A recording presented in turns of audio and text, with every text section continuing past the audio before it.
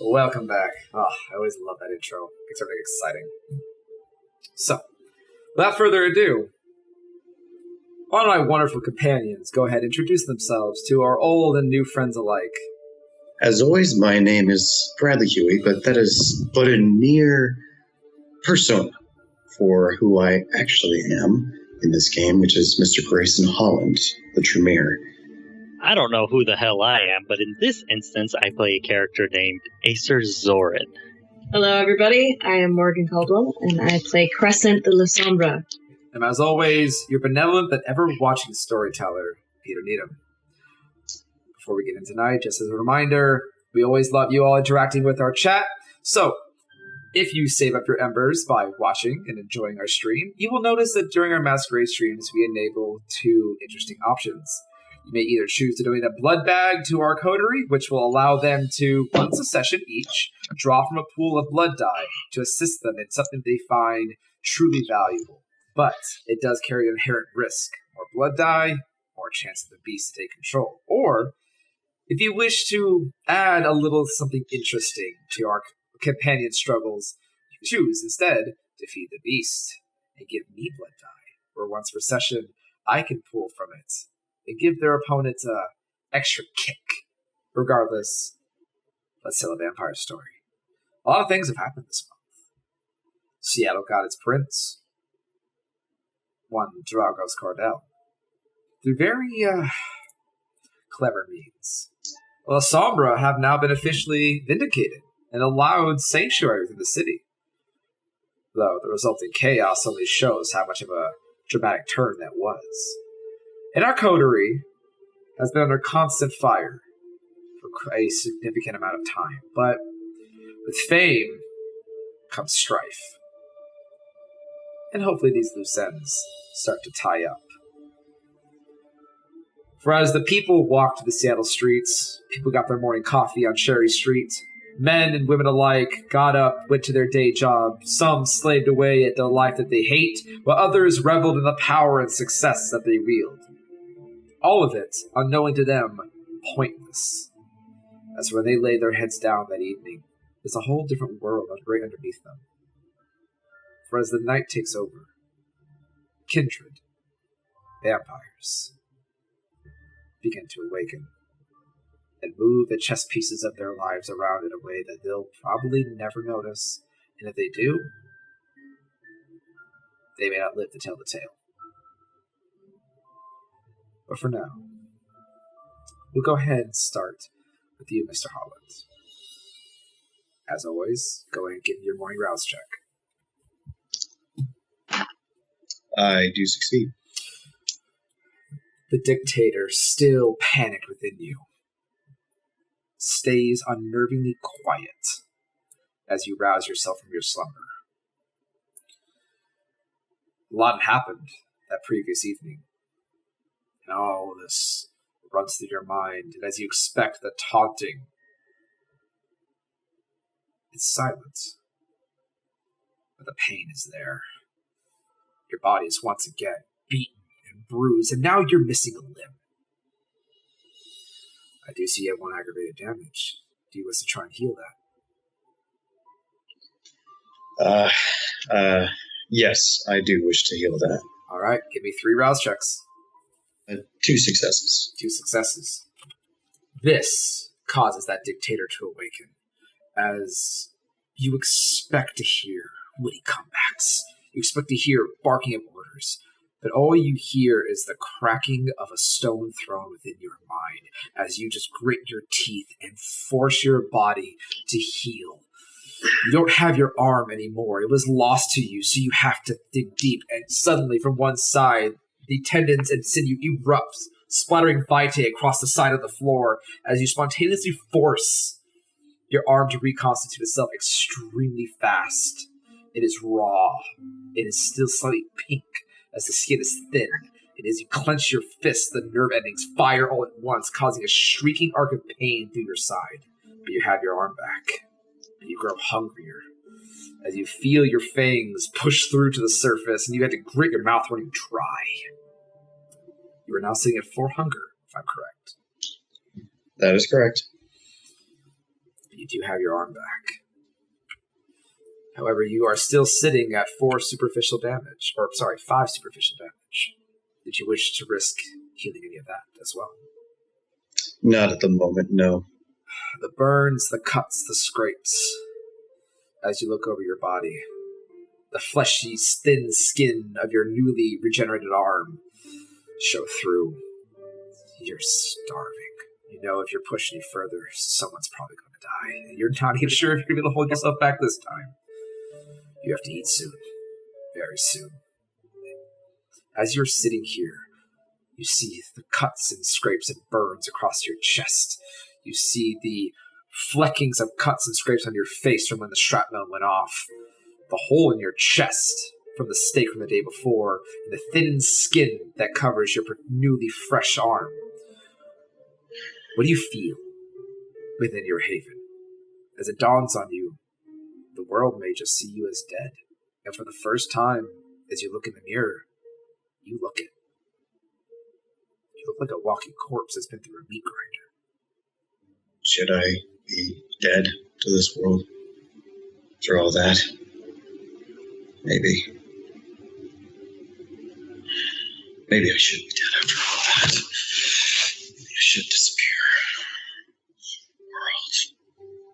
World, that or their world, and this one. Wait. I am. What a fool I am. What a tremendous fool. I am dead. I am dead.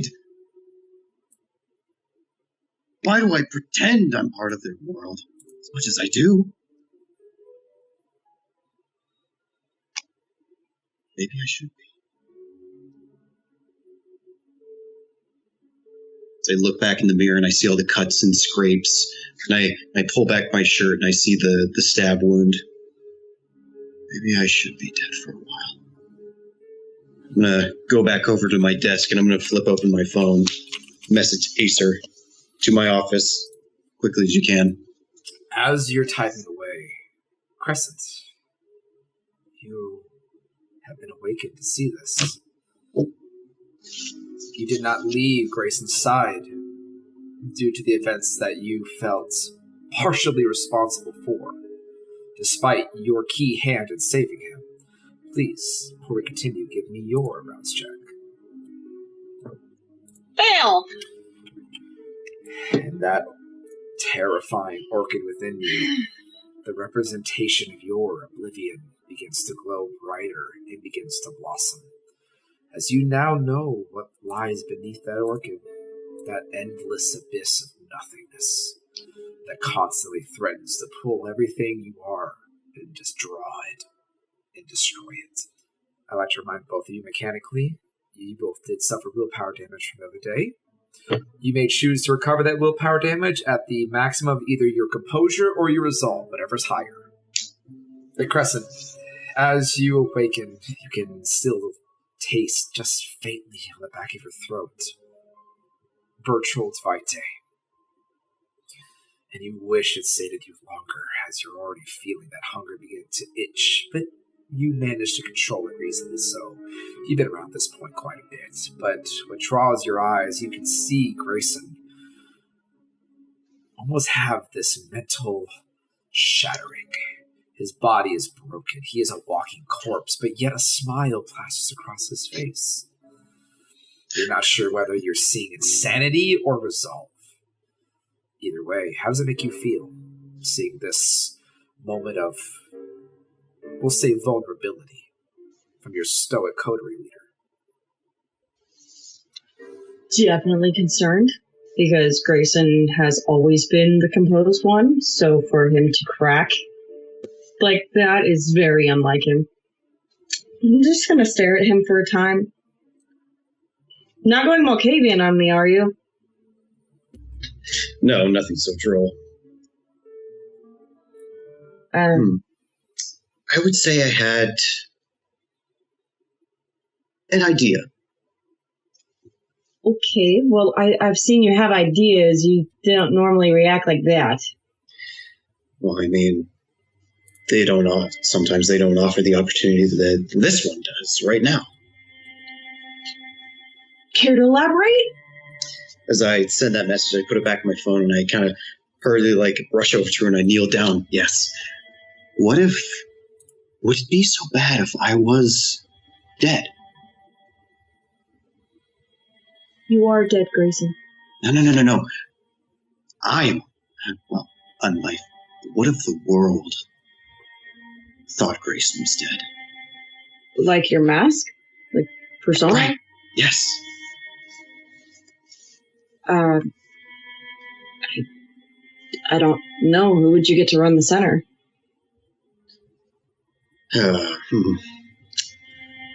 Danica usually would be my first choice, actually. We have to get her back. That's another problem. No, it's one that's fixable. Okay. You seem awful optimistic. I'm trying to look in light of things. Okay. Not that I don't appreciate the new attitude. It's just, So what's the plan? I mean, we still have to tell Acer everything. We do. That's why I let him know to come up here as quickly as he can so we can discuss the previous night and hopefully figure out where he was as well. Yeah, that would be something. Indeed. And I assume Bertram's still here, if I remember correctly. There's also the problem of my room, well, really the whole center, but Yes. I don't feel comfortable sleeping in my room until we figure out the ghost situation. Oh, I can ask Bertram about that, don't worry. Okay, we owe a lot to Bertold. Not that I like that very much, but yes, Would you, sure. I tell you what, would you rather owe it to Genghis? I owe nothing to Genghis. Exactly. And that is another problem. Wow, we have a lot of problems. Okay. I actually am seeing something a little different now. Is that why you're in such a good mood? In a manner of speaking. Don't forget, we have to see the prince tonight. So, first things first. Fuck! Yes. But maybe, now he knows the situation and there's proof, maybe they'll take us a little bit more seriously. I said maybe, I didn't say would. It's Dragos. Do I really need to say more? No. He's Tremere, like me. Yeah, just like Sun. Yeah, look at her. She's trapped under his thumb like a mouse. Yeah, I wonder how long that's gonna last. I mean, did you see her? She was practically pissing herself in her own building. She thought that you and Acer were going to kill her. I mean, had it not been for Camarilla rules, I can't guarantee that I wouldn't have. But not the point. She believed it. And on that note, we'll fade away. Over to you, Acer. As you being the situation you are, you've been awake for some time. How early did you want to be awake? Pretty early. Maximum. Let's go an hour and a half early. All right. So just before the sun begins to dip down, the weather is dreary, heavily clouded. All day it's been kind of cloudy. The lightest hint of snow has begun to fall as we get towards this later winter in Seattle. It's been unusually cold this season. You awaken. You are still pretty busted up from your interaction with one no longer existing La Sombra. The wounds still ache, your muscles still feel torn, and your baby arm is still recovering. You still have 2 aggravated damage. Do you wish to heal one? You know, after everything that's happened, yeah, I'm gonna try to heal 1 aggravated at least. All right, so first give me your morning rouse check to see where you're at. All right. That's a success. Now give me 3 more as you will the Vitae, your thinnest of blood, to push through your veins and try to heal this damage further. Hey, that was pretty good. 2 success, 1 fail. 1 failure. That arm, you could feel bone and sinew snap, tear, and break as the arm rapidly extends back to its full length, The flesh, though, still gone. Its muscle and sinew and fresh veinings that pulls through the arm. But you have movement again of your right arm. But it's tender. It's sensitive. And as you will your thinnest of blood to pull this out from you, you just hear that deep guttural snarl from within you. Soon we'll use our strength again, and we'll get some payback. If they want to put us in this position, I say we have some fun. I'm going to say this once and never again. That almost sounds like an idea. I knew I'd slowly win you over. No, I still hate your guts, but likewise. You just gave me something. Oh, thanks. You just gave me something to work off of. As you feel that presence pull back within you, still locked tightly within his cage, you are starting to get pretty hungry, though. That emptiness is starting to brood. Your mouth feels a little dry. You feel a little agitated. Not uncomfortable, not uncontrollably so. But you're getting there. But as you wake up early, you are now sitting at 1 aggravated damage. You are getting back there. It'll take a little bit more time. But you have the full length of your arm back. And what do you wish to do? As you can see, Berchwold is still asleep within the comfy lounge chair of your very small study within your library. Just laying there, pale, darkened corpse, almost looking as if he's resting, if it wasn't for the fact he looks like he belongs in a coffin, but well dressed, which only adds to the image. And remind me again, Berchwold is Grayson's sire? Grayson's sire, yes. Thank you. I'm going to go ahead and grab him and put him in my bed, pull the covers over him so he looks a little more, natural just in case anyone comes in. One thing I'll say you notice as you pick him up, you brace yourself to lift what seems to be a heavy man. He always looks very broad. He's a little taller than you, but not by much. As you pick him up, he is almost feather-light. In fact, as you kind of squeeze your arms around him a little bit, he almost feels emaciated. It's very thin, very light. Okay, well, that's interesting, and I'm just going to lay him down. You know what? Just for the hell of it, did he have a wallet on him? You're going to rummage through his pockets? Yeah, I'm just going to rummage through his stuff.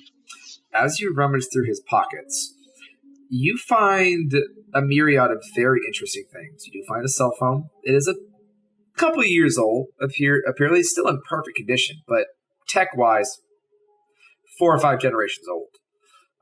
Not a scratch on it. That's the same one I used to track down that one guy, right? Because I remember Berchwold was the one that lent me the phone that helped me track down. Yes. Yeah, okay. So it's the same one. Got it. Yes. You find a myriad of strange little pouches on him within his suit lining. Kind of with coins, little bits of ashes, small vials of blood, strange little copper pieces and wire, strange little odds and ends, even an eagle feather poking out of the inside of his lapel on his inside suit pocket. No wallet, though. Okay. I will say, one thing you do notice that's kind of catches you is that on the inside of his coat, there is a significant amount of crisscrossings of runes, strange engravings into the leather inside of his jacket, and as well as tattooing peeking out from underneath his buttoned-up shirt collar. Not what I was looking for, but that is going to help.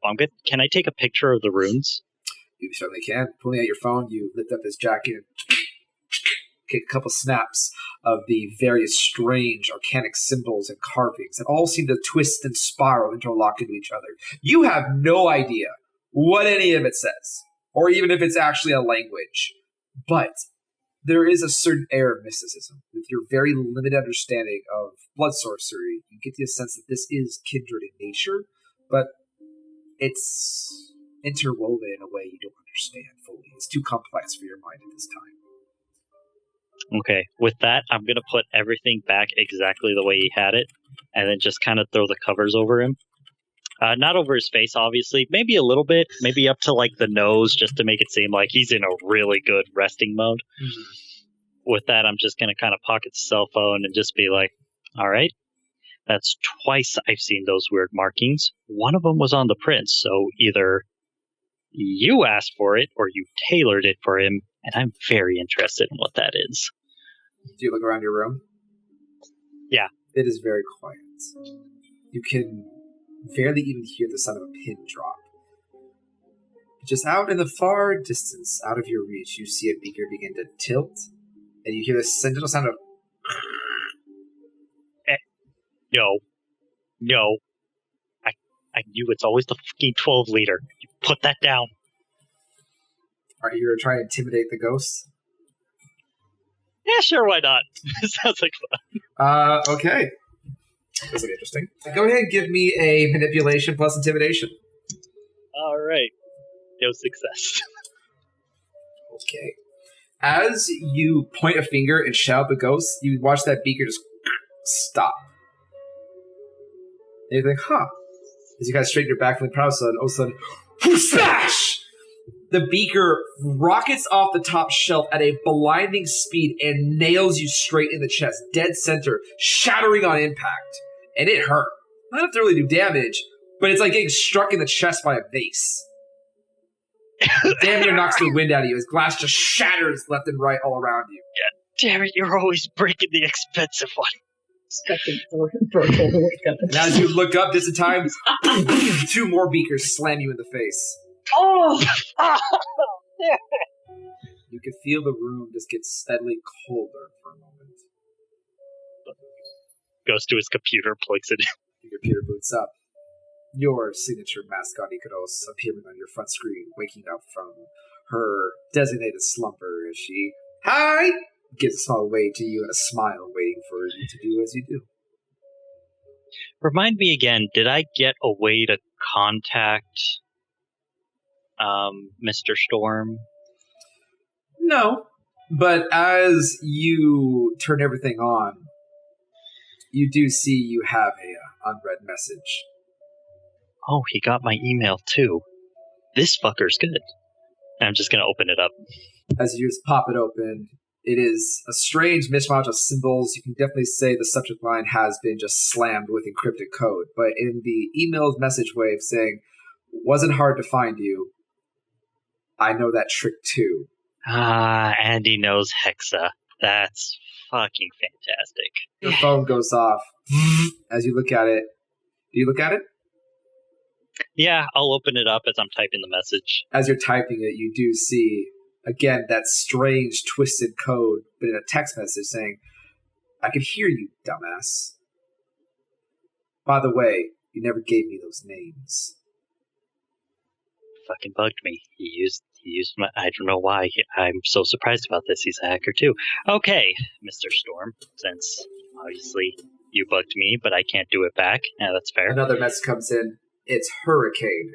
Call me Bobby. Okay, Bobby. What's Danica's last name, by the way? Storyteller? Grayson. I will double check my notes. No, we didn't give her a last name.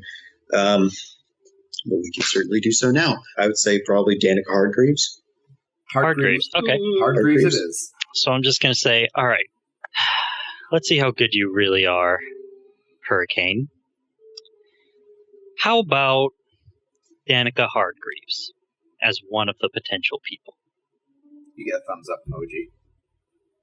And just because you are really, really good,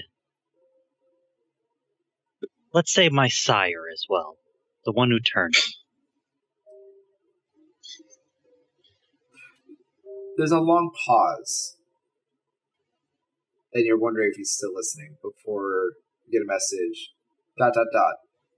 Any hints? Nope. Good luck. You just see another text message with a smiley face. Fair enough. To a profitable and interesting partnership. Look forward to it, Bobby. And I'm going to take the phone. I'm going to go over and just kind of dig around in my closet for a bit before pulling out like a little wire cage just big enough to hold a phone. Okay. And I'm just going to keep it right next to me, and I'm going to be silent while I clean my computer of any fucking virus that Bobby might have installed in there. Go ahead and give me a wits plus tech as you're trying to comb through your entire system. Or 5. 5 successes? Yes, 5 successes. You find a myriad of Trojan spyware and other basically surveillance-based viruses located on your system, and you post-hatefully destroy them. You're not entirely sure, as your system is pretty big, and there could be things hiding in plain sight, as you found a lot of the surface ones. But as you are working, your phone does go off again. Okay, Bobby, what do you want this time? And I open up my phone. You open up your phone, and it actually is Grayson. He has sent you a text message, and what does it say? It's a general message of, awake now. Anytime I can get yours and my sire's presence in my office as quickly as possible. Oh, this ought to be fun. Close out my system, unplug it once it's finished booting down, and then promptly shove the phone into the tiny Faraday cage and close it. And how big is this cage? It's just big enough for the phone. I didn't want it like super bulky. It's Is it something you can put in your pocket? It's something that can go in my pocket, but because it's a wire mesh, it's going to be very uncomfortable. So it's a little bulky. It's a little bulky, yeah. Are you taking it with you? Yes. Okay, I'll keep that in mind.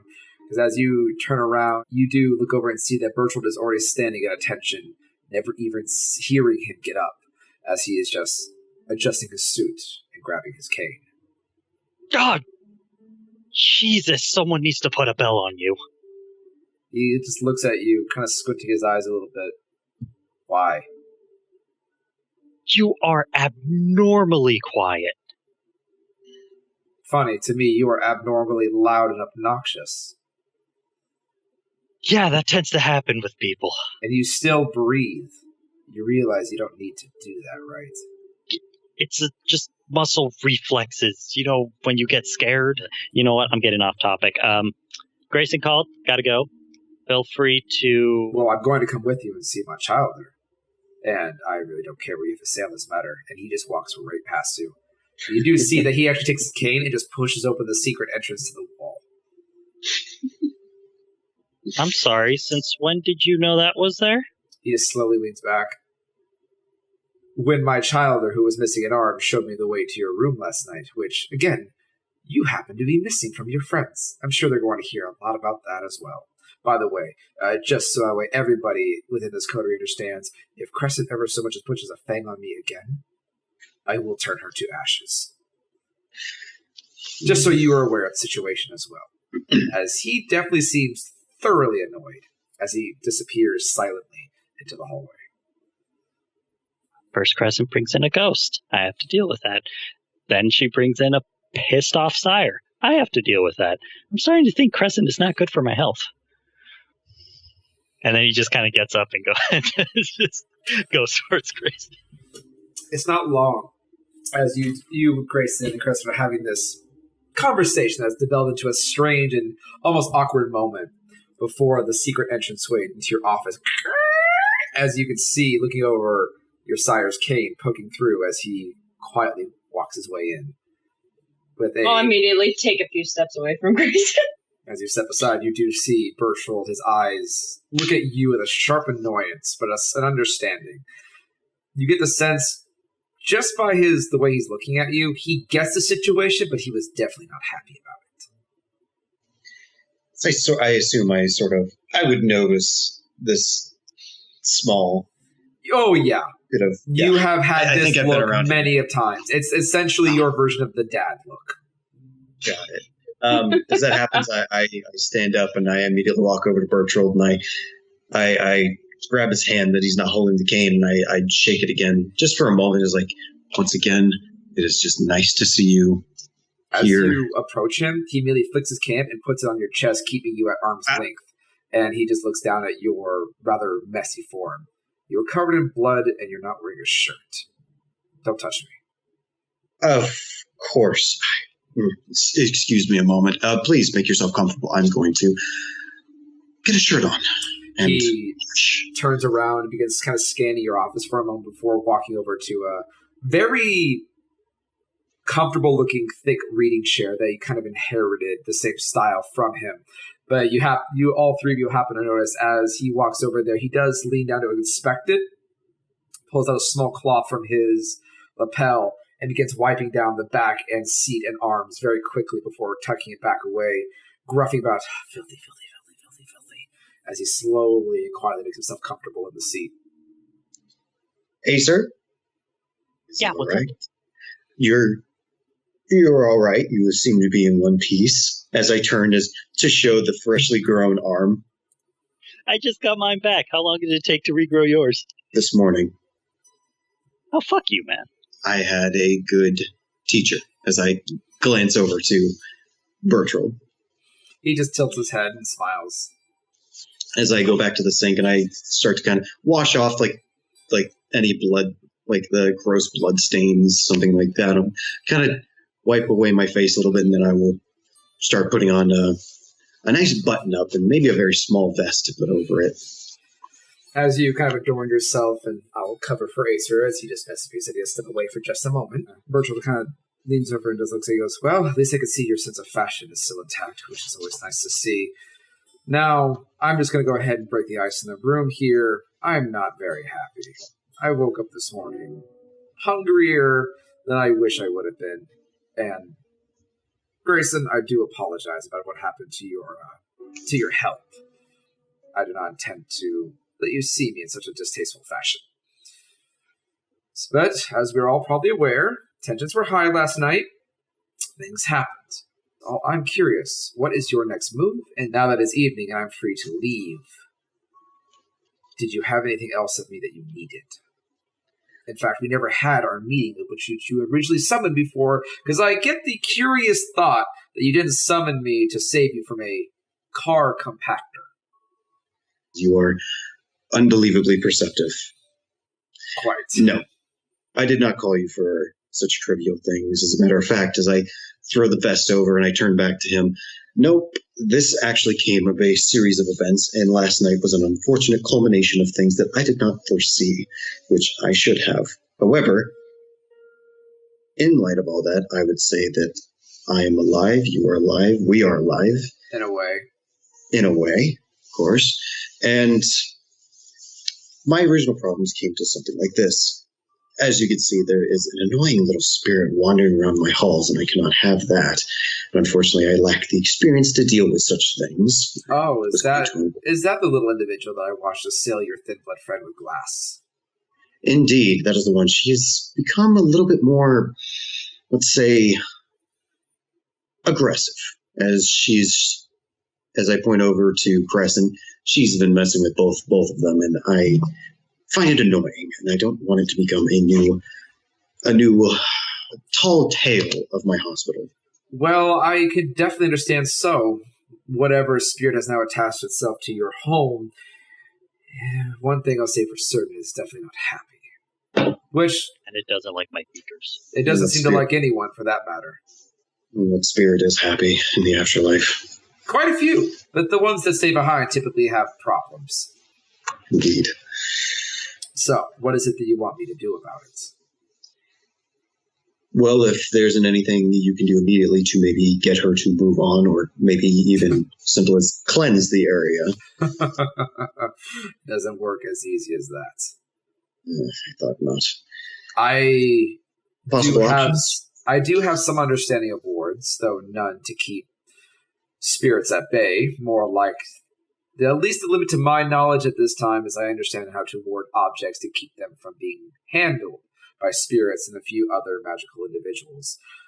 But in my knowledge, to cleanse a spirit, especially one that is angered or has rooted itself in a place, either A, live with it and try your best to stay out of its way, or B, you can find someone more rooted in enslaving spirits, specters mainly.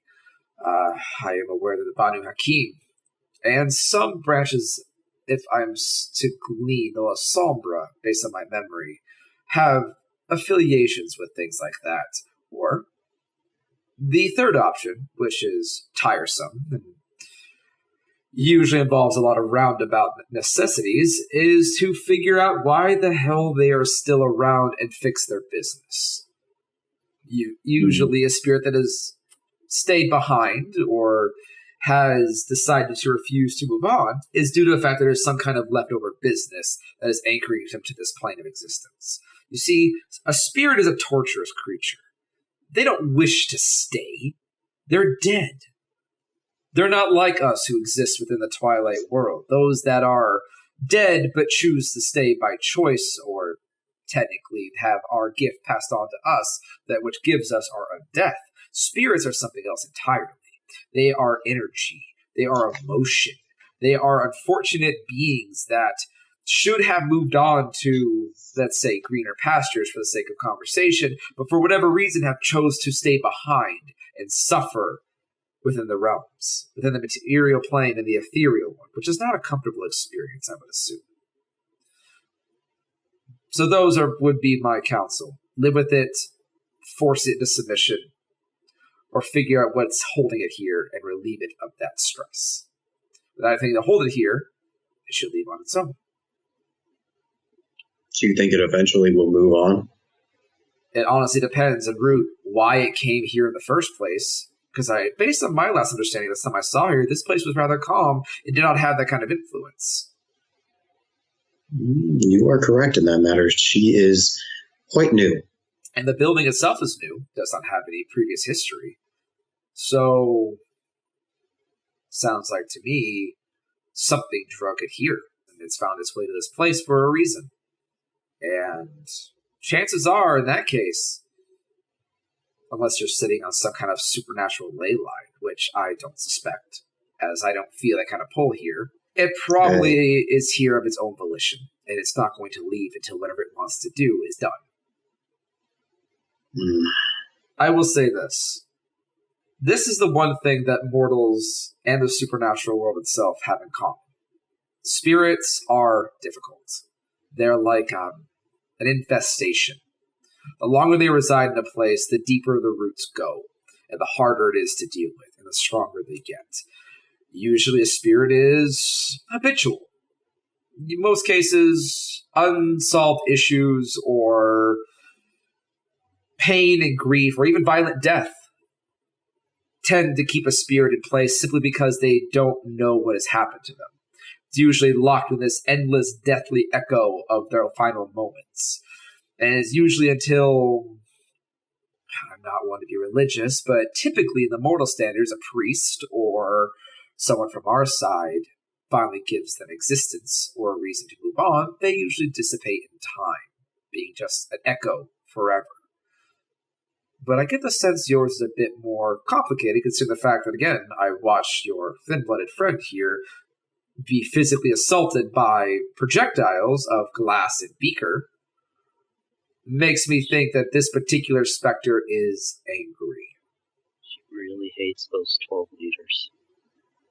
You get the sense when I got a look at her, she hates a lot of things. She was not happy. You could see her? Yes.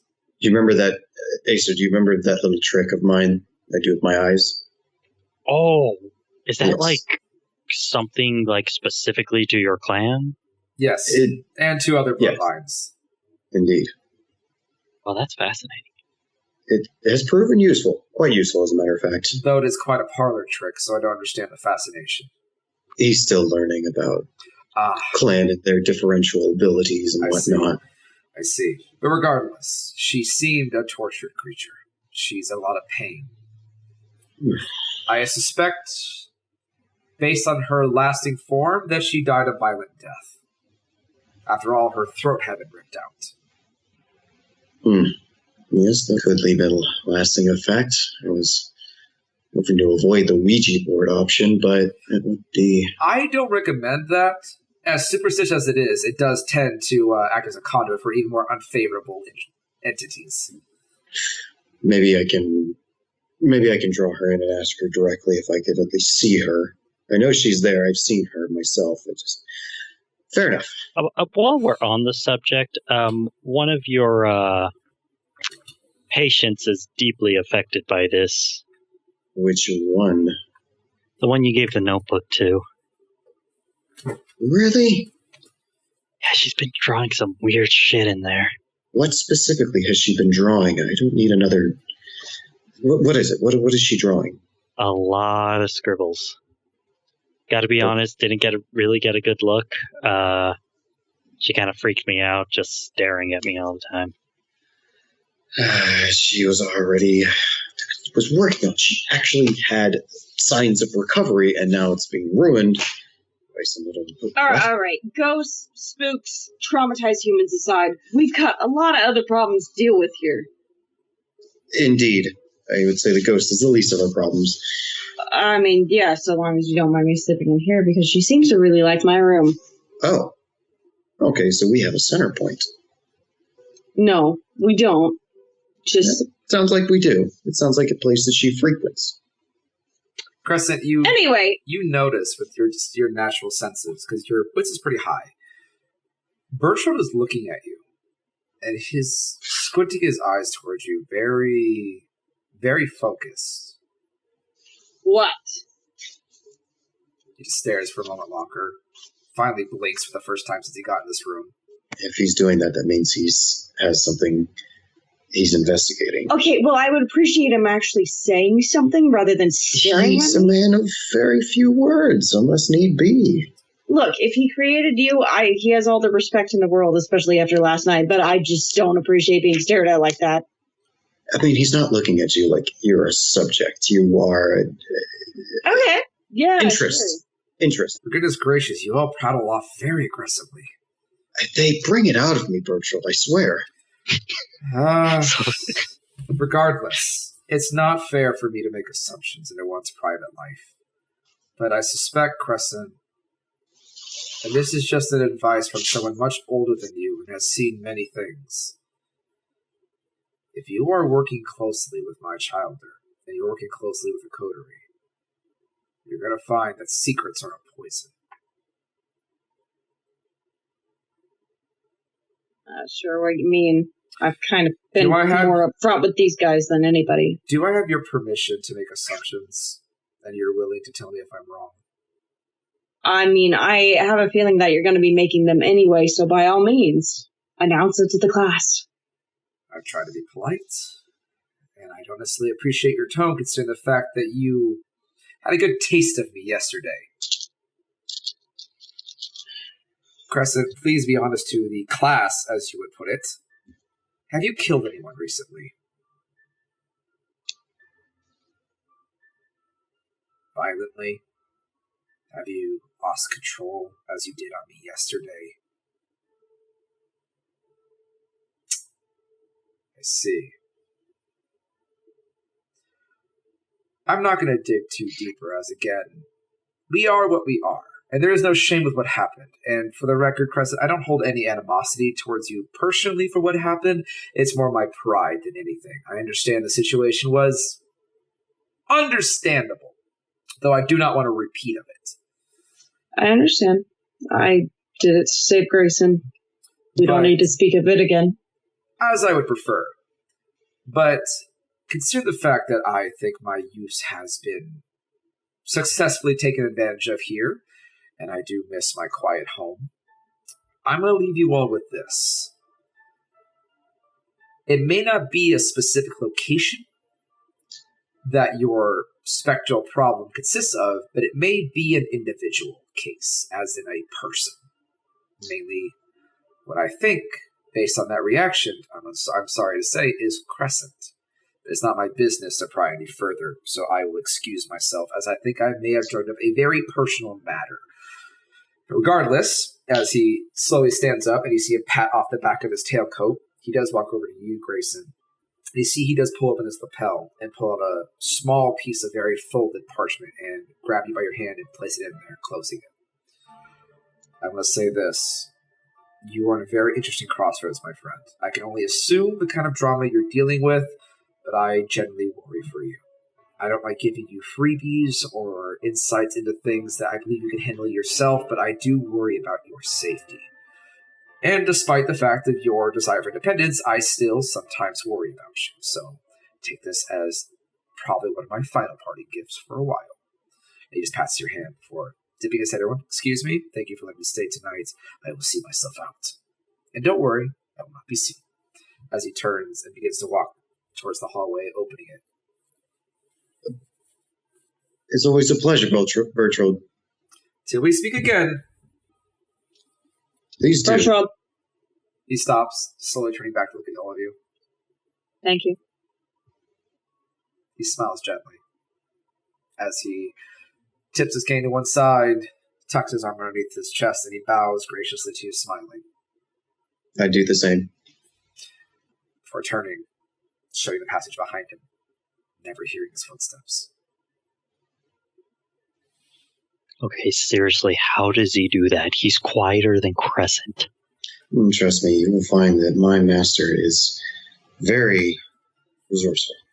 I pray that I may even have a fraction of his ability. Someday, as I take that letter and I don't put it in my desk, I put it in my pocket, keeping it close to me for now. Okay, so you don't look at it for now? I will tuck it away, but I think I'm going to go over to my desk and sit down in my chair, and I'll kind of fold it open as I say this.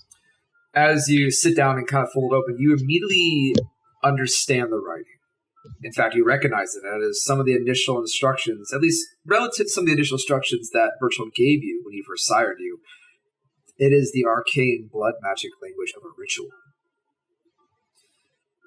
You see a diagram for a very large circle-like ritual, and in the margins, many different instructions, materials that you need, and a small note to say, "May this help you wake with evening's freshness," as he has given you the knowledge to perform the evening's freshness ritual. Okay, let me put that down on my notes, because I have something new to study. So anyone want to tell me who this McTavish guy is? I'm assuming the place you went to went horribly wrong. Honestly, I thought you would want to tell him about the recent little telegram that you received. Actually, yes, we'll go down the list slowly but surely. I feel like that's more important at this point. We'll keep a close eye because we have to meet the prince in a little bit to explain the situation with Duncan. Right, yes. Yes, that. we will. But first and foremost, Acer, fortunately, we do know what happened to Danica now. Okay, that's great.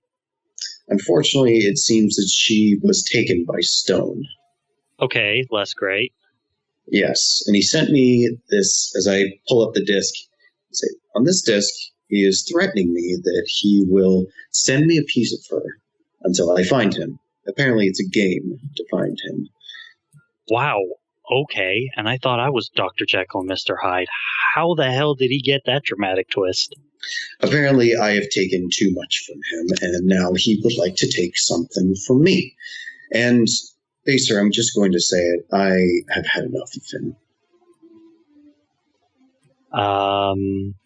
Not really liking that tone here. We're going to find him. I'm okay with that part.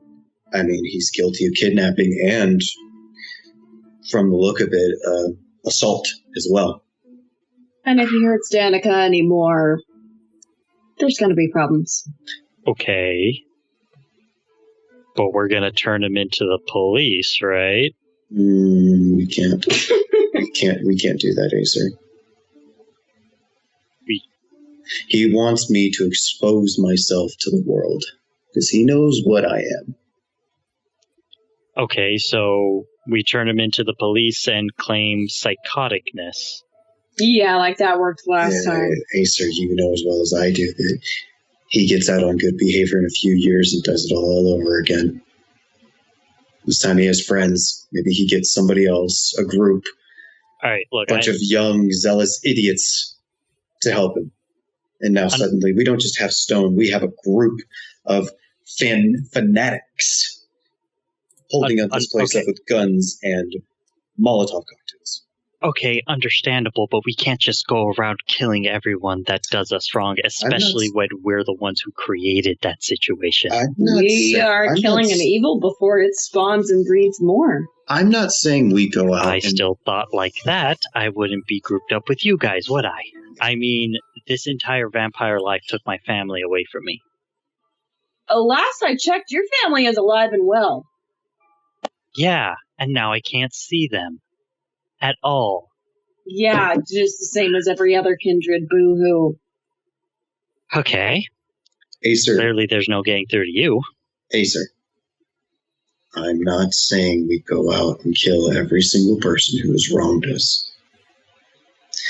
I'm saying right now, that man, he will not stop at just me. You have to admit, as much as you don't like this idea, he needs to be taken care of. I'm not going to go into detail because I will spare you that. But we do need to find him for Danica. Yeah, here's the thing about actually being intelligent. I don't need to know the details to understand what you mean. Acer, I will reiterate. This is not we're going to do this constantly. This is a situation I am asking you both for help with. I'm asking you. I will help in any way I can to save Danica. Okay. Anything beyond that, you can take care of. That's fine. Whether you like it or not, this is going to be a constant thing.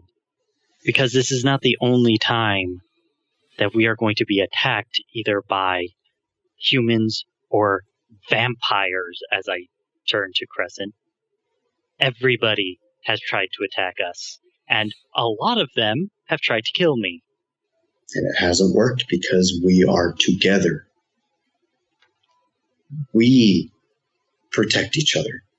Because I don't know about you, but a lot of groups out, you see any other kindred out there that don't have a circle, something to keep them together, for someone else to watch their back. We have this. We are setting an example. Now, we can't set the best example, Acer. I know you don't want to believe it, but we are what we are. Maybe you have a chance, but there's no cure for this. There's no going back. For now, go to see the prince. We explain to him the crucial and the pressing matter, which is what myself and Crescent were involved in last night. And that is a kindred known as Duncan McTavish. He is a problem. But he doesn't just have to be our problem. So we go see the prince. Tell him about this. Explain our situation. Whatever comes of that, after we leave, focus on finding Danica and finding Stone. That's if the prince lets us live. What? What do you think he's going to do? I don't know. It's the prince, and his brother. And at this moment in time, we've been doing coterie, jump, coterie, go to the left, go to the right, stomp your foot twice. You really think he would put us out on a windowsill to watch us burn after everything we've done?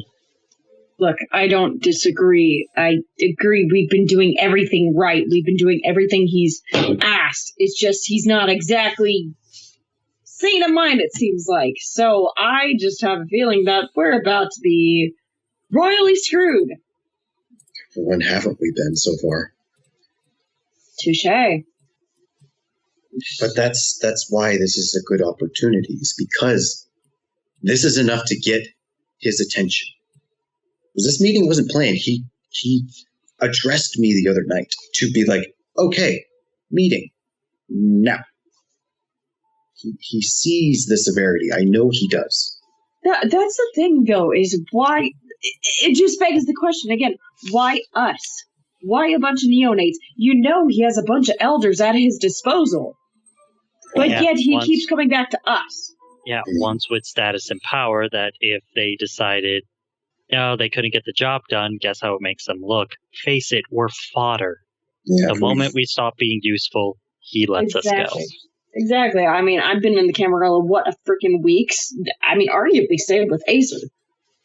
But we don't matter to him. Either or, at the very least, I got Danica covered. What do you mean? In what way? Remember when I said I was going to track down the guy that hacked my computer? Yes. Yeah. Yeah, tracked him down. More precisely, he tracked me. Oh, wonderful. Wait, all right. You met another hacker. Someone tracked you. That's surprising. Sad to say, I am not the best hacker out there. I'm good, not the best. Okay, this is the first time I'm going to say this, but could have fooled me. I'm going to take that as a compliment.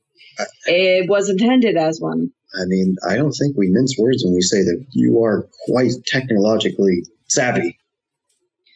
Yes. Yeah, well, the problem is, he is more so, and he has a huge boon on me. He's already integrated into this vampire society, so he knows how it runs.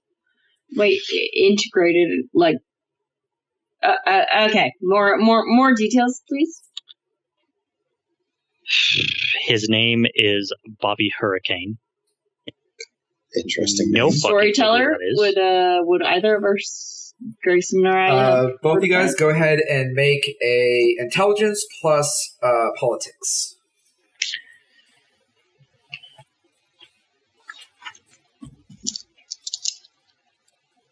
Love it. Nope, just blank dice for me. One success. One success. Grayson, the name is very vague. It feels like you should know who the name is, but unfortunately, you're not necessarily a master of court.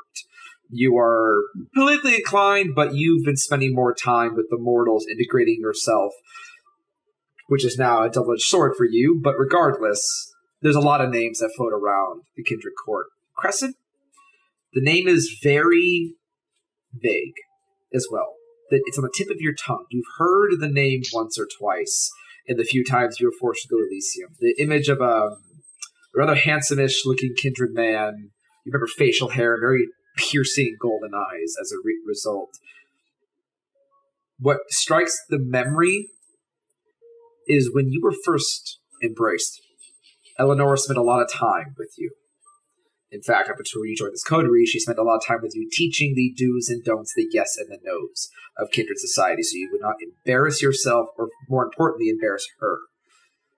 And she did point out Bobby to you one time when you came with her to an Elysium and spoke of that time as don't trust the Ventru, as he was one of the individuals that was pointed out to you. Wait, so you talked to this guy? Yeah, the dude has more connections than I do. Well, yeah, if I remember right, he's a Ventru. It's nice that all these other clans seem to be invading our life without actually coming to us and just saying something. Well, that's because he's willing to help out for a deal. Of course he is! Yay! It is the currency of our life. Damn Ventru, right on that. All right. Yep. So obviously basically, you said no. Well, if I said no, I wouldn't be asking him for this test now, would I? Please continue. You're telling me you made a deal with the Ventru? Not yet. Preliminary.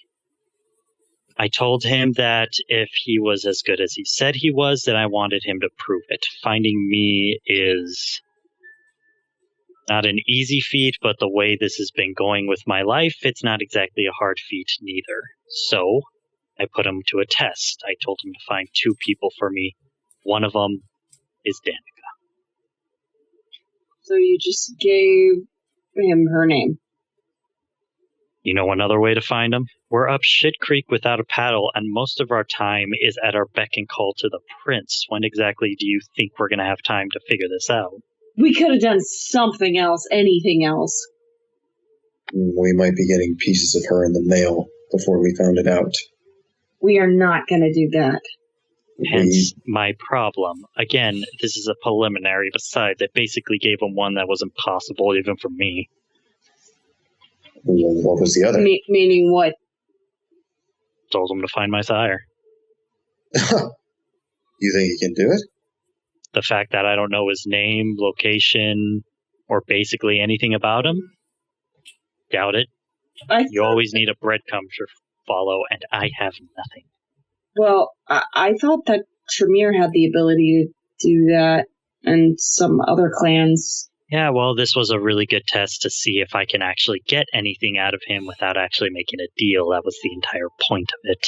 You're not making it easy for him, and if he does find Danica, that'll take care of one of our problems right then and there.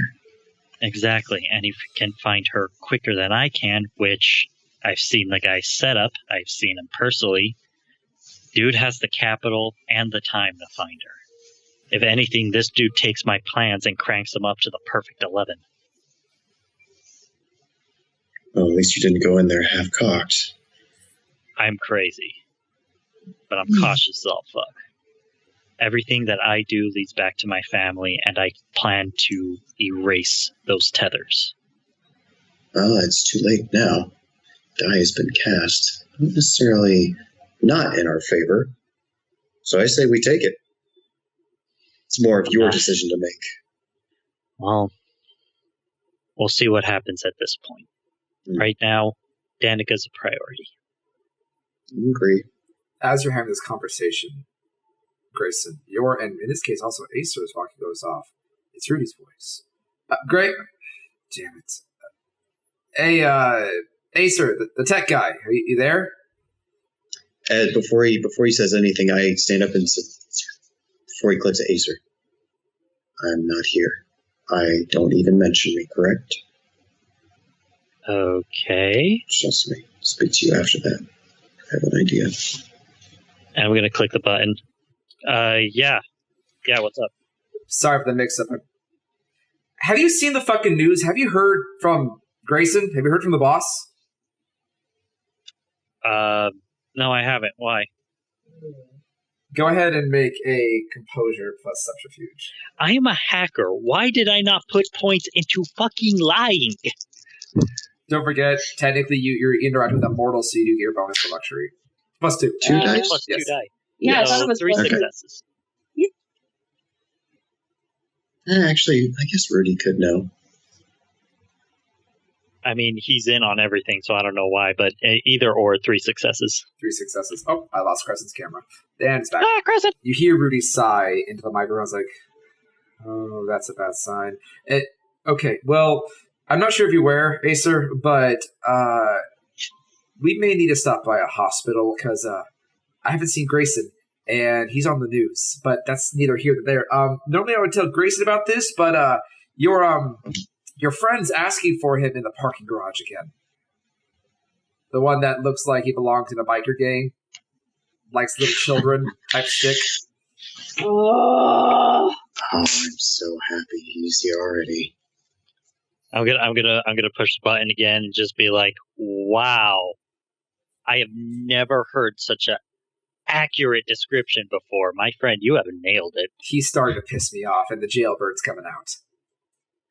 Right. Okay. I'm So we definitely burn him. not Grayson, but I'll see what I can do.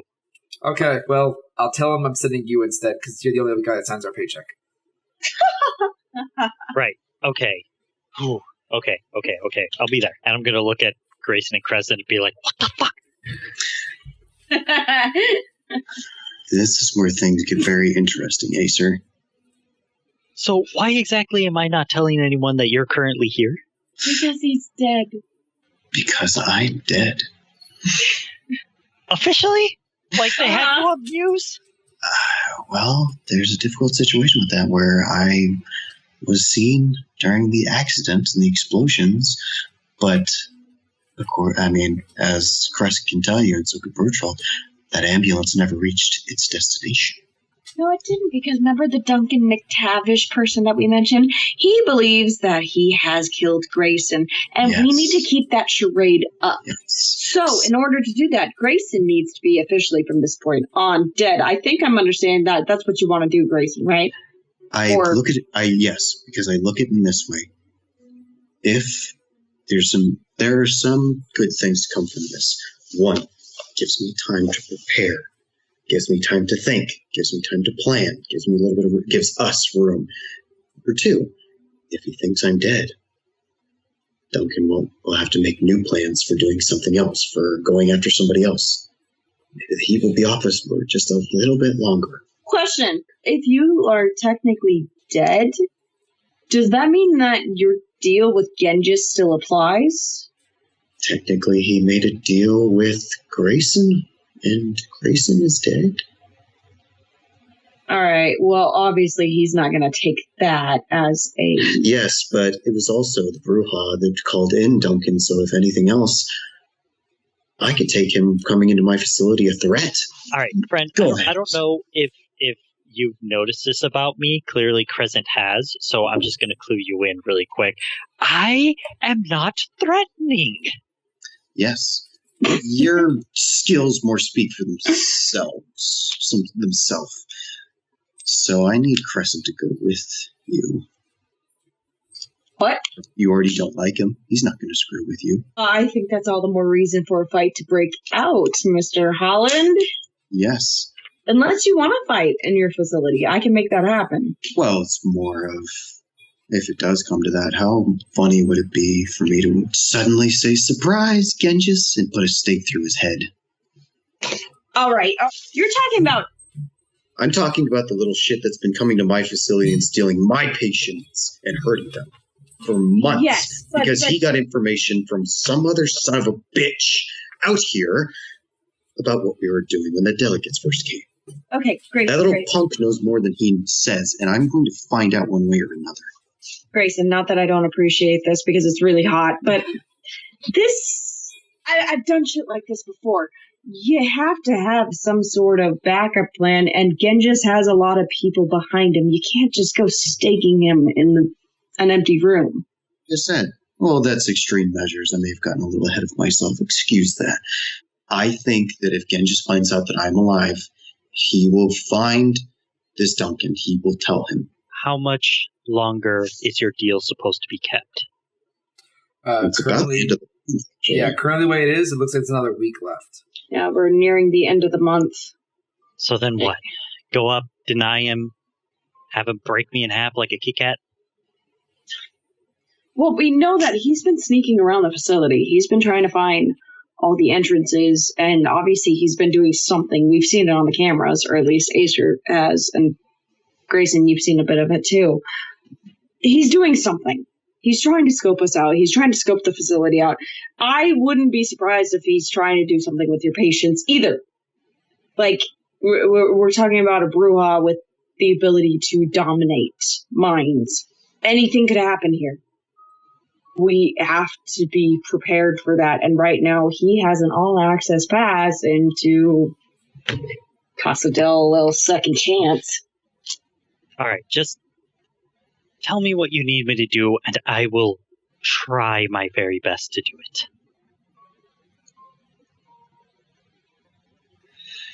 I suppose I would ask for your all's opinion as well. Do you think we should let him in? We still have a week left of this deal. I think that it's not just the deal that we're dealing with. I think that Genghis is manipulative and underhanded and sneaky, and he's doing something else with this. He's searching the facility. We can't just let that skate by. And the thing is that we can't necessarily do anything about it either, because again, he's got all these people behind him. We need some sort of leverage to get underneath our belt so that they fucking leave you alone. Well, I mean, the facility in itself, because now you're dead. That's the hard part, though. Yep, I agree. That is the hard part. I do wonder about something. What exactly? Well, do you remember what we were told? In meeting up with the Tremere? I'm just saying, Genghis, he's a talker. He's a huge talker. Smart. He's smart, but I don't think he's that smart. Now, if he had somebody high up in the Tremere line, information gatherers, somebody trying to get a leg up on us, which seems like everybody's trying to do nowadays. Just saying, he's trying to score points with somebody. What happens if we anchor down, tell him no, and cut off his one chance of actually getting, credit. Saw him right before that business with the delegates and the white. I think he's trying to worm his way upwards in the ladder. I think he talks a lot of talk.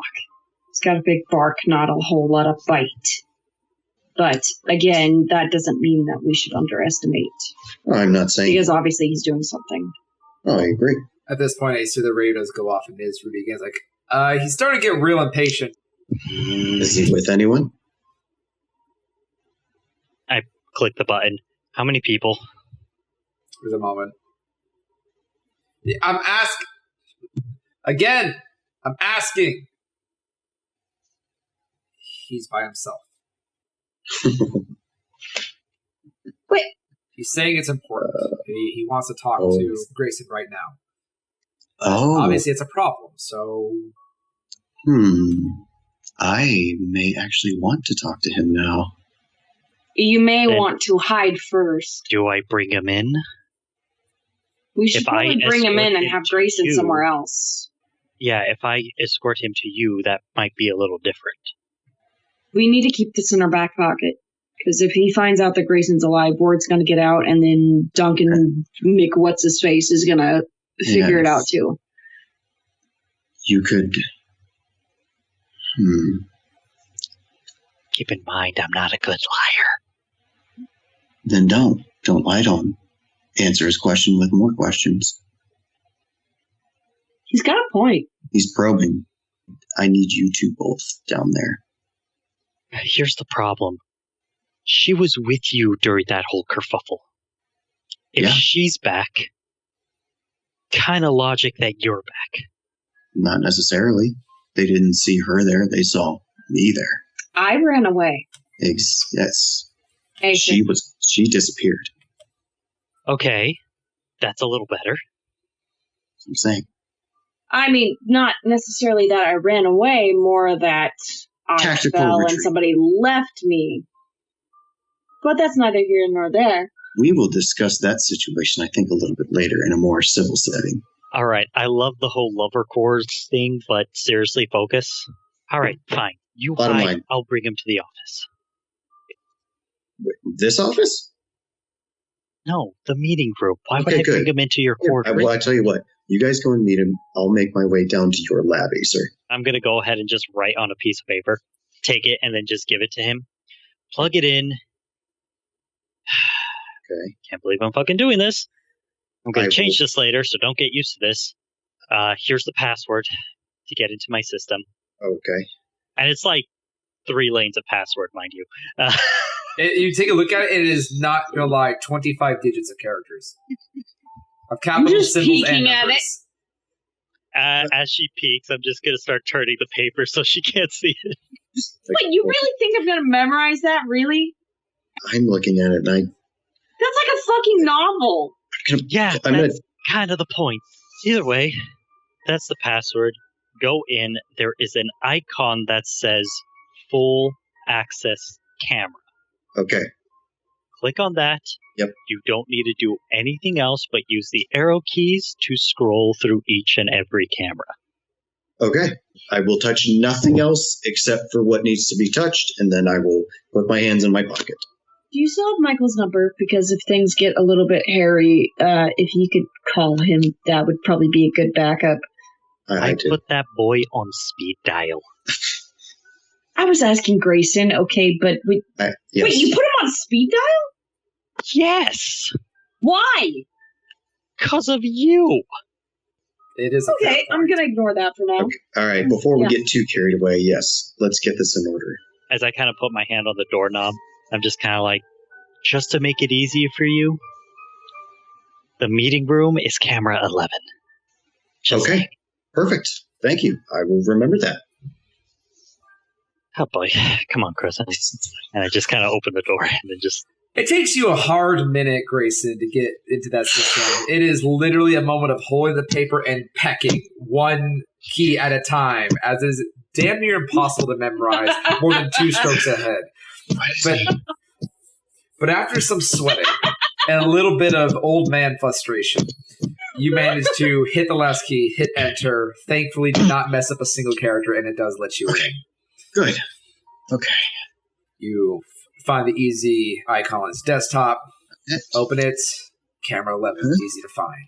Just in time to see Crescent sitting on the far corner away from the cameras, as she typically does. And Acer, do you sit in Grayson's chair? No. To make it seem more... Morning. Yeah, to make it seem more of like a morning thing, I just kind of go up to his chair, kind of just hold the very top of it, and just give it a pat before sitting next to it. As you kind of sit next to it, the door does open, and Grayson, you do see as Rudy from the outward camera lets Genghis in, who has his hands in his pockets, leaning back with a very lackadaisy attitude. Acer and Crescent, you see as the door opens and Rudy lets Genghis inside. He does walk in, but he smiles back at Rudy with a kiss and a wink. Thanks, help.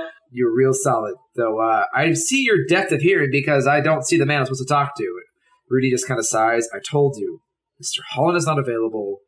You're dealing with a second, as he points over to Acer. He will handle the business on his behalf. I'm not going to talk to you anymore. I don't have to. Acer, he's your fucking problem. I'm on the radio. Channel 2 if you need me. And he slams the door behind Genghis' back. Yeah, just kind of upright, goes, rude. Hey, Vidblood. Hey, freak. As he just makes himself comfortable on a sofa, just stretching out wide, taking as much room as physically possible. Right. Well, you said it was important. What's going on? Yeah, it's fucking important, and I need to speak to Grayson. So where the fuck is he? Grayson's out of the office right now. What do you need? That's bullshit. Do you watch TV? Do you watch the news? Yes, and they have his face plastered all over, and I don't believe it for a fucking second. Okay, well, whether you believe it or not, he is not here. So either you talk to him or you leave. Go ahead and... Are you trying to intimidate him? Yeah, might as well. Okay. Go ahead and make, I'll say for this, a composure and intimidation, as he's mugging you right back. I've had a shit day. I will use my one-time steal the storyteller's dice promo code. You're not taking my dice. Unless anyone in chat wants to throw you guys a number, you ain't taking my die. You can't always rouse the blood to try and gain a little bit of an edge. Just turn on Shadow Close. I have to rouse the blood for that. Okay. Oh, no. All right, make a hunger check. And I fail. That orchid, as you may not invoke your full shadow cloak, but the room around you grows 3 or 4 levels darker. In fact, Grayson, you see the camera kind of flicker for a moment as there's this hard stare down between Crescent and Genghis. You do gain hungrier, Crescent, but you do add more die to your charisma. That's okay. It was worth it. Like I said, I rolled well, and I wanted to keep that up. 4, 5, 6. So 6 successes. 6 successes. Oh, shit. Let me see here. 1 second. Acer, you actually start to get a cold sweat on the nape of your neck as the room actually grows almost like 3 levels darker. The incandescent bulbs above the room barely keeping this room lit in any kind of semblance. But as it kind of pulls away, Crescent just digging daggered eyes into Genghis. Even you can see that he kind of leans back a little bit. You can see him grit his teeth as he makes. He doesn't break eye contact, but you see he kind of shrinks a little bit. There's this almost like dominating presence in the room, and so you're surprised. Genghis actually seems to submit. So you're telling me he's actually fucking bit the dust. He's actually Ash. I don't know. I'm kind of hoping he's not. Fuck. Yes. He looks over to Acer. Anyway, so I guess you're the next fucking lapdog in charge. I'm here to drop you guys a little bit of service in the fact that I'm assuming you guys are probably mourning now for the loss of your friend. I'm pulling out. What do you mean you're pulling out? Meaning, I'm letting you guys off the hook early. I'm peeling out. What, you got all the information you need? I don't give a fuck about your little squalor shithole of a treatment facility. The fact is, you guys have a lot of people here, but they're dried up. I'm following your fucking former leader's rules here. I didn't kill nobody. I kept my promise. No one died. We drank, and we were fed. At this point, we pretty much tapped this well dry. We start taking any more, you're going to see that people are going to start fucking dying. Now, I mean, if you guys don't give a shit about that and we want to continue the rest of this fucking agreement, I'll be more than happy to let bodies drop. This is kind of a stretch, but can I try to read Genghis to see if he actually gives a damn or if he's just following the deal? For this, that would be a wits plus insight. I'm kind of curious, because he came alone, and he had... I am curious that he came alone. That's a big thing. Because the thing is, he came alone under the assumption that Grayson wasn't dead. Yeah. So I'm kind of curious. 3 successes, by the way. 2 successes. He doesn't seem to make a falter in his character. In fact, unlike Crescent, he stares you down cold, like almost condescending, like he's looking at a dumbass. In fact, he even gives you that "you're a dumbass" look. Yeah, I get that a lot. You can't quite tell whether he's being truly genuine or not. It's hard to read him. He's definitely got that gang bravado up front, and it's definitely in full force with you, so you can't tell which way or the other. But he does not. Says, yeah, believe it or not, Masquerade still applies to anarchs. So that was the deal. I feed, my crew feed, people that I want to feed, they feed. Well, we fed. It's supposed to go for a full month because guess what? I didn't expect to get this long. Like I said, I hustled you guys pretty fucking hard. But here's the thing. At this point, your fucking herd is about as dry as beef jerky in a Sahara desert. If I tap any more veins, they're going to start dying.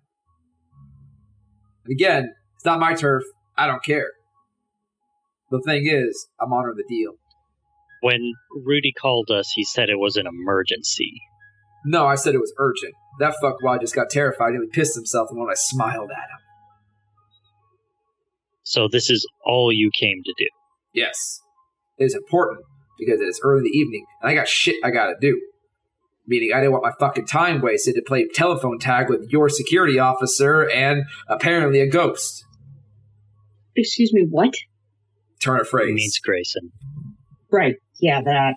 Fuck you think I meant? Nothing. Okay, well, if that's the case, then thanks for stopping by. I guess this concludes the deal between you and Grayson. Good.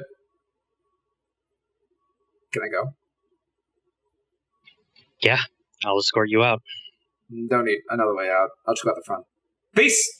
He gets up, and before you have much to say, he literally fucking kicks the door open. You can hear some of the wood splinter open as he just walks out.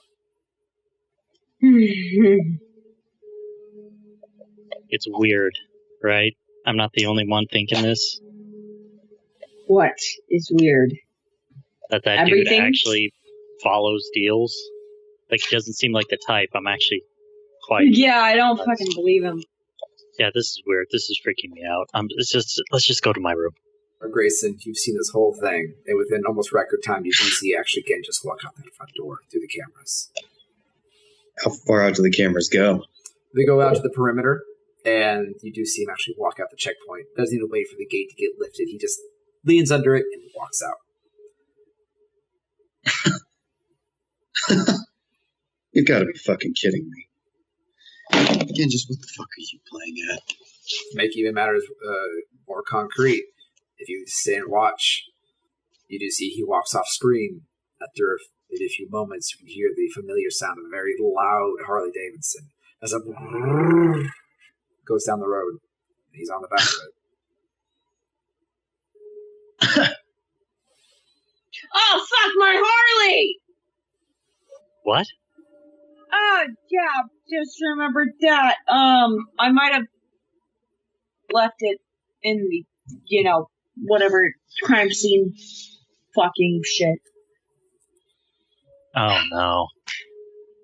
Yeah, it's not that big of a deal. There was freaking hundreds of cars and even a few other motorcycles there, but still, it's just, I might have to go pick that up. Oh, okay, fine. Just 1 second. Just be quiet for just a quick second. And then I'm just going to open the Faraday cage to see if I got any messages. You did. As you open it, goes 3 messages immediately pop in. The first one is from Bobby Hurricane. Okay, what does that one say? It says, got a beat on Danica. Ooh. She was reported missing 5 days ago. Check the last known security cameras around that area for traffic cams. I do see a car, a van, unmarked, real shit-looking dump truck. Seem to leave that area. Followed it on a hunch. Winds up going downtown. Parks near a place. Looks like it's a nearby facility. Name is Silco Packing Plant. Been abandoned for some years. Makes sense. Van never leaves. Okay. What? Thank you, Bobby. Second message comes in. It's your sister. Shit. She tried to. I'll be there in about an hour and a half. Shit. What's going on? Why do you have that face? My sister's coming in an hour. Your sister, the same one who's Yes. is she bringing? No. Are you sure? I am positive. There's no way she told him about me. No way. No, but I mean, my face is plastered on the front of this in a memorial thing. Yeah, so you're definitely going to have to hide. Yeah, no shit. Thanks for that. Storyteller, The how far text- away was Muddyke? It is in Seattle Square, so it is roughly about a 25-minute drive, about probably an hour and a half walk. I'm gonna need help. I'm gonna need to drive. Either I need Rudy or medical. God damn it. One of the two. But, I'd Yeah, rather not this- get medical right now since I still have to tell her the thing, and I really don't want to tell her the thing. I'm Are sure you all she's down in the fine. lab? At You are Acer's room? you are hearing this in the lab. Crescent's voice comes through very staticky, hard to make out very well, but you definitely hear the cited from Acer and sense there's something going on. I'm going to grab my phone immediately. Like, care to come down and explain some things, please? Exclamation point, sweat drop, sad Right, I face. give him access to my system. Send. 1 second. And then the third message on Freaking your phone, out. Acer, as you were looking, is Bobby Hurricane one more time, saying, "Your sire will take time, you little shithead." Ha! Okay, I know he's a Ventrue, and I'm starting to like this fucker. And then you get another message that says, "Nice wire box." Thanks. I knew you'd approve. And I put it back in the box and close it. Good news. We have a location for Danica. Possible location for Danica. Cool, I'm on it. Tell me where to go. Not quite. What do you mean, not quite? My room. Let's go. No, that's not an invitation. Let's go. I'm just gonna follow behind him. Oh my god, read some hentai, woman. And then I just unlock my door and shove her in and then just lock the door. Hey, did you get all that?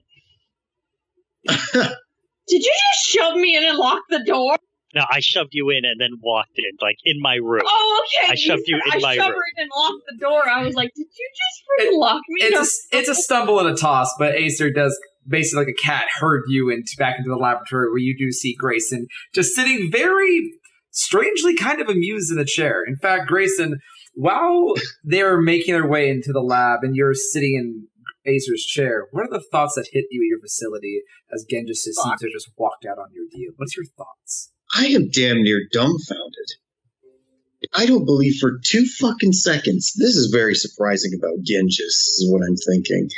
Him, the one who has literally drained me almost completely dry in my facility, shit on me at every chance he got, is just going to walk out on the deal. No strings attached. He just said, okay, see ya. That's the end. Like a sense of, not morality, but like, I don't know. I didn't expect him to at least care that he has a measure of respect for the Masquerade. I didn't think he had. It is weird. I don't know. Don't know what I think. I keep trying to rationalize what his thinking is. Is he? Does he feel guilty? Does he know more than he lets on? Did someone tell him to? Whoever he's talking to.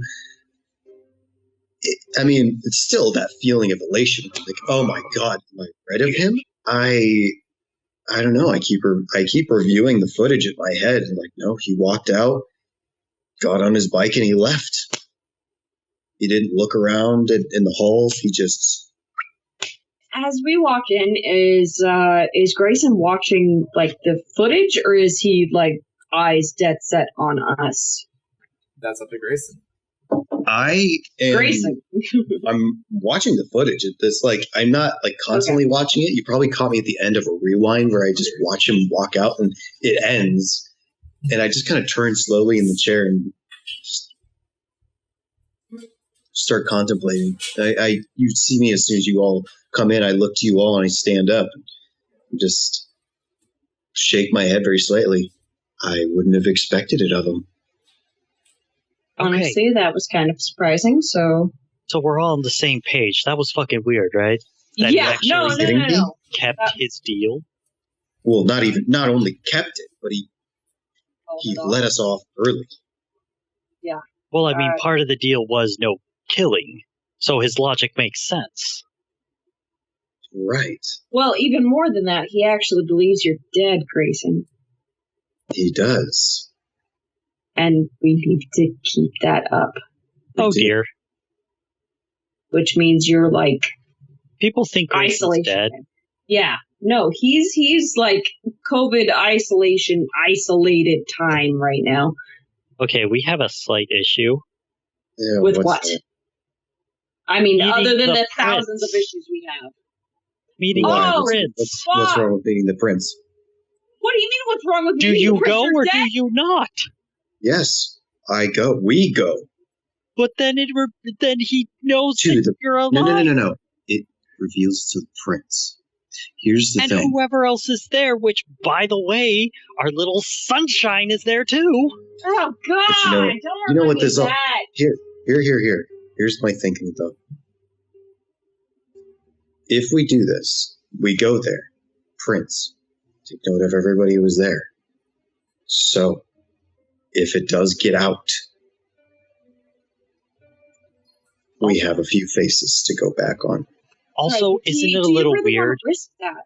Yeah, seriously, isn't it going to be a little weird that even if we cloak you and make sure no one can see your face? No. I'm saying I'll hide on the way there, and once we get there, we'll make it so that only some can see me.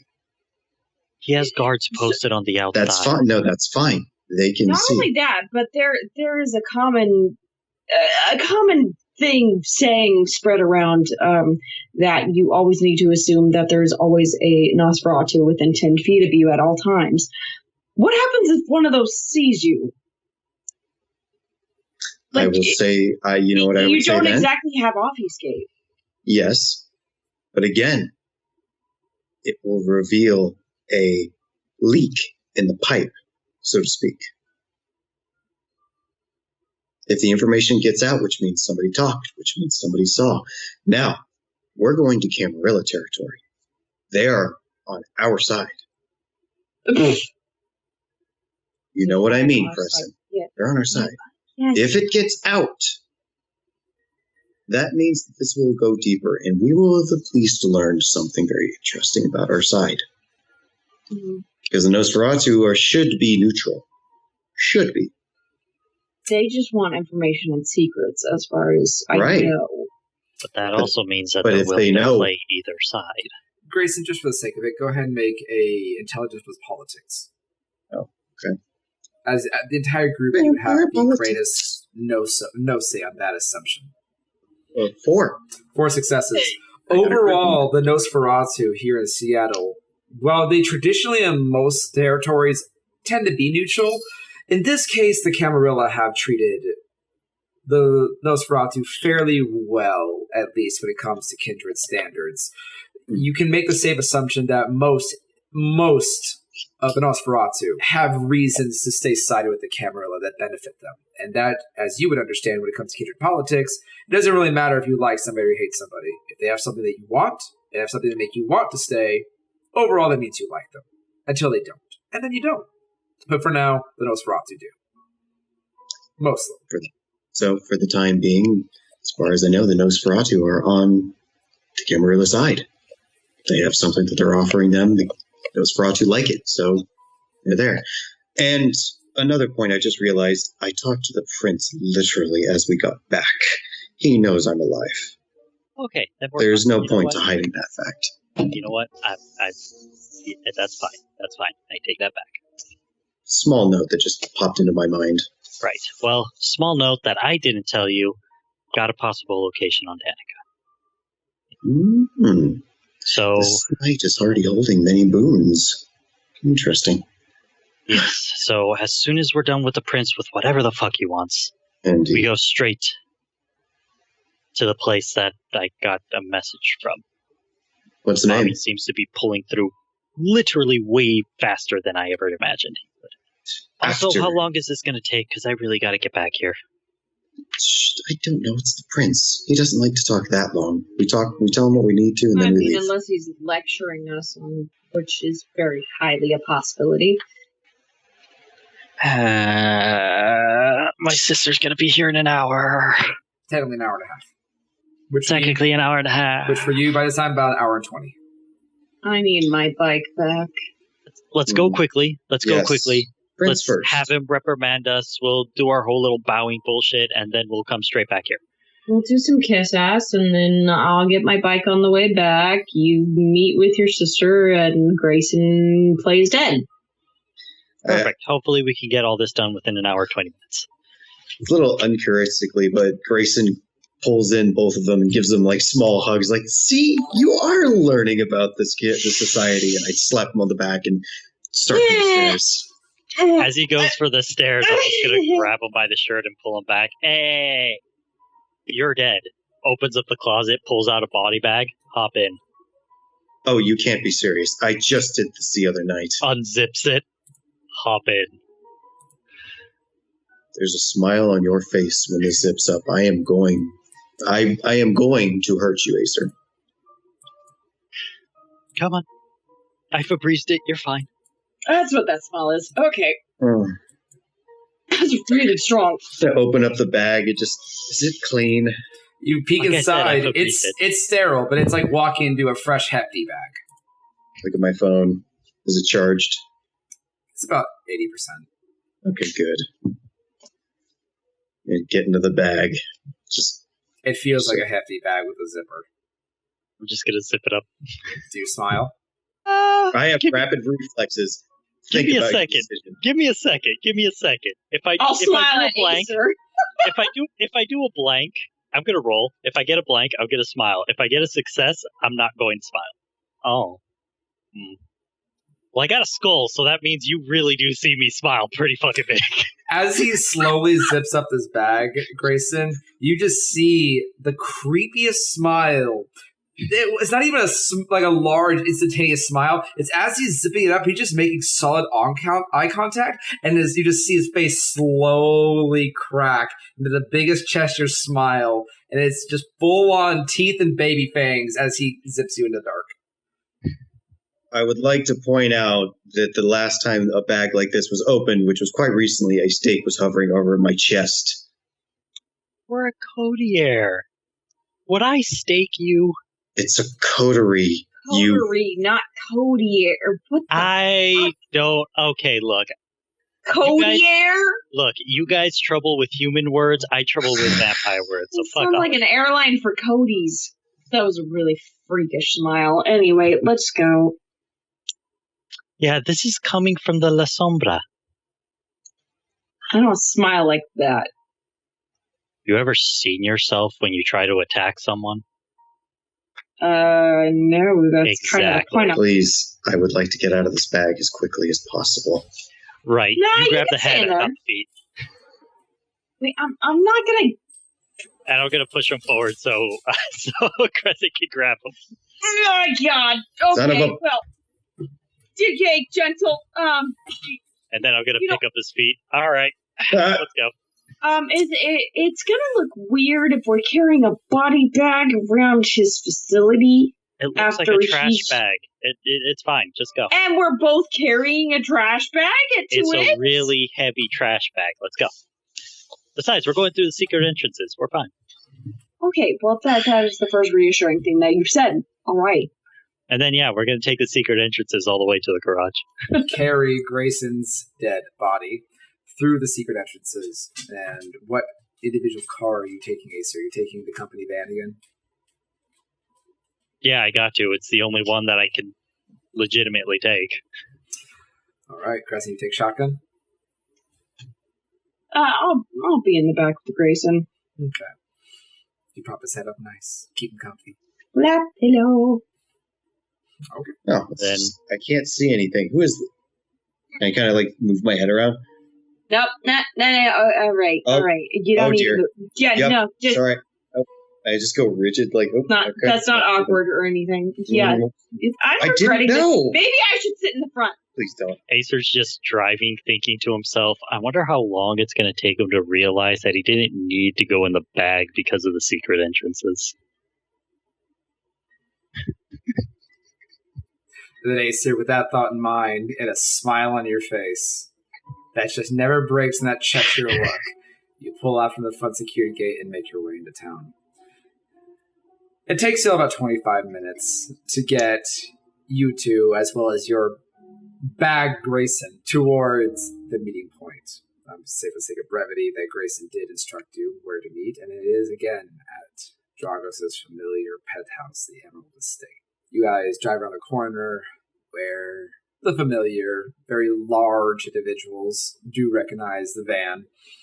As you roll your window down, they silently wave you all into the parking garage. I'm assuming you're carrying Grayson's body out of the bag? Or is he... Oh, yeah. Okay. Oh, no. We're carrying him out. As you pop out the back and carry it, None of it is necessary. None of it is necessary. Kindred, Acer's just fucking with you at this point. one of the larger individuals, whether they're kindred or ghoul, you're never entirely sure, but he does kind of stop you with that. The fucking sack. He's going to prop it up a little bit and unzip it and open it up. Surprise. He just slowly tilts his head. Well, why? And anonymity. He just slowly leans in. Okay, but fair enough. Just so you all know, you all look rather stupid. As you look around, and you see you guys are in a parking garage. Are we done with the theatrics? Yes, we are done. Thank you. Cool. This way.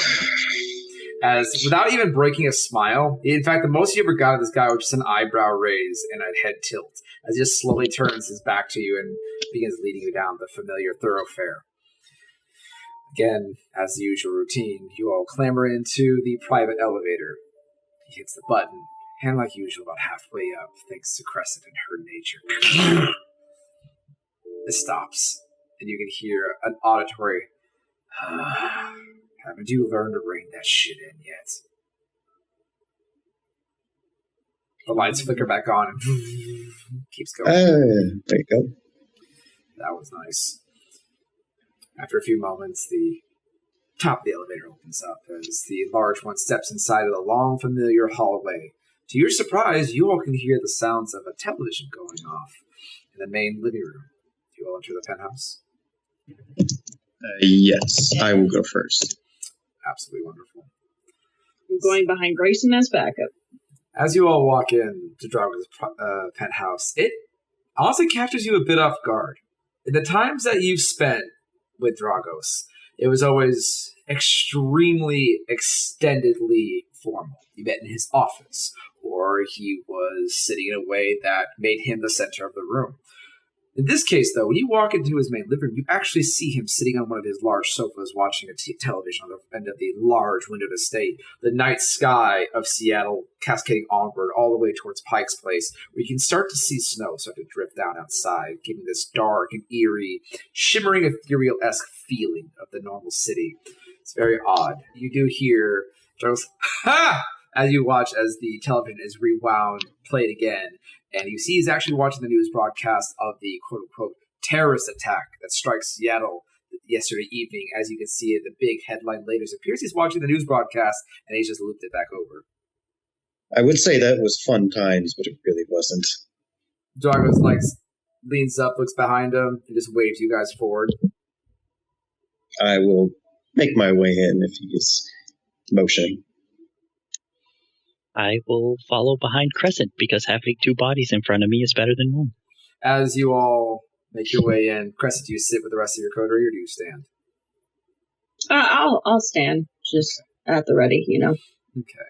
Do you try to stand behind Dragos or more in sight? No, I'll be in sight. Okay. Please. No. Yeah, there's don't no make a reason for me Tremere to nervous. Yeah, no.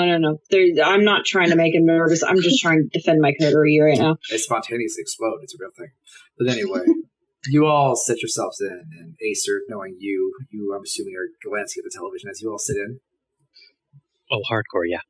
As you are finding your way in, you kind of hover from watching the evening's broadcast play through just in time, actually, to watch the carnage and explosion. You witness dozens of people that were cowering in fear, bullet holes littering sculptures, people laying on the ground bleeding to death, and then sudden massive explosions all going off at once. People huddled together for safety, instantly vaporized to mist. Body parts strewn about, and Dragos pauses it just in time as you see a large floodlight, and you recognize very vaguely Grayson's form laying out in the middle of the field, an arm separated from his body. It is pure carnage that you have never witnessed in person. Hearing it over the phone when you were sitting in your truck trying to get back to the Haven, and seeing it are two completely different things. But now that you've paired them together, you get a new understanding of what Grayson went through that evening. Dragos leans forward and puts the remote on his very ornate-looking marble-topped table. Everything is kind of low-sitting, almost lounge-esque style, but everything very ostentatiously, but matching in color and quality. But he does clap his hands together. Oh, very good show. Well done. I'm actually very impressed. Didn't believe you were fucking dead for a second, honestly, especially when I called you. That was a real nail in the coffin. You were still kicking. I definitely can say you went out with a bang. My prince, trust me, what this guy was packing, I'm lucky that I didn't go out with more of a bang. Honestly, I'm just surprised you actually made it. I didn't think you'd get that far. Honestly, I would be lying if I said I survived off my own wits, because this one, I trusted my coterie and they helped. She was look, this is the best part. Actually, plays it a few more minutes because completely cutting you off. You actually see the newsreel does play forward as the male announcer, the one you guys actually recognized back in the pit that was playing cards, continues in his very somber newscaster expression as headlines talks about how total 23 individuals were confirmed dead from this last easy horrific terrorist attack. An additional dozen heavily injured. Several emergency responders have gone mysteriously missing. But breaking news a few moments later shows that the vehicle was found in a trash compactor with two bodies inside, as many as a few of the other dead to be accounted for. Both EMTs shot and killed, as well as horribly mutilated by the compactor, of course. But he pauses it as the list starts going down, the people that are confirmed either dead and or missing. And he pauses it right on Grayson's face. Ah, there it is! It's not too often you see your face in the bulletin. Grayson's dead! At least that's what they're assuming. That's what they're assuming. Because as you see under your name, it does say missing. Oh, good. I'm not a huge fan on Mortals and a lot of their technology. A lot of it's just strange and unnecessary and complicated. But you know what? I do appreciate the evolution of the evening news. Back in my day, we had to wait 2 weeks to see this in print. But now it's been, 12 hours? And we see it right here on television. Information when you need it. He does press the button to let it play, and you do hear it as he lowers it as just subtle ambiance as it continues through the broadcast. The newscast begins to speak of other things going on in the city, how police are now much more alert, as now the city is in a form of soft lockdown, urging people to stay home, as now between this event, several gang-related crimes and the uprising and a string of missing people starts playing through, urging people to stay safe and watch their shoulders before it fades into a hotline, essentially showing some familiar faces of those interesting For Ace's sake, as if you were the only one paying attention, you see 2 older men that are missing. You haven't seen in a week. You see an elderly woman, and you instantly recognize the image as the woman that you had killed. She has gone missing. You see again Grayson Holland's picture, and funny enough, Danica and John Stone's image appear on the news as well. And at the very end, it shows a big number. If you see anything or hear anything, call this hotline. Before the program loops back over, it seems you only saved this chunk. But as this is just playing over and over in the background, Douglas does lean in. So, go on. You know the drill. I want to hear all about this. Obviously, you died for the cause. Yes, unfortunately, at the moment, I didn't see many other options as the son of a bitch caught me off guard. But the contact that I met, hopefully he'll be approaching us soon, because I may have convinced him to come to our side instead. So we may have a nice little informant. Wait. You didn't kill him?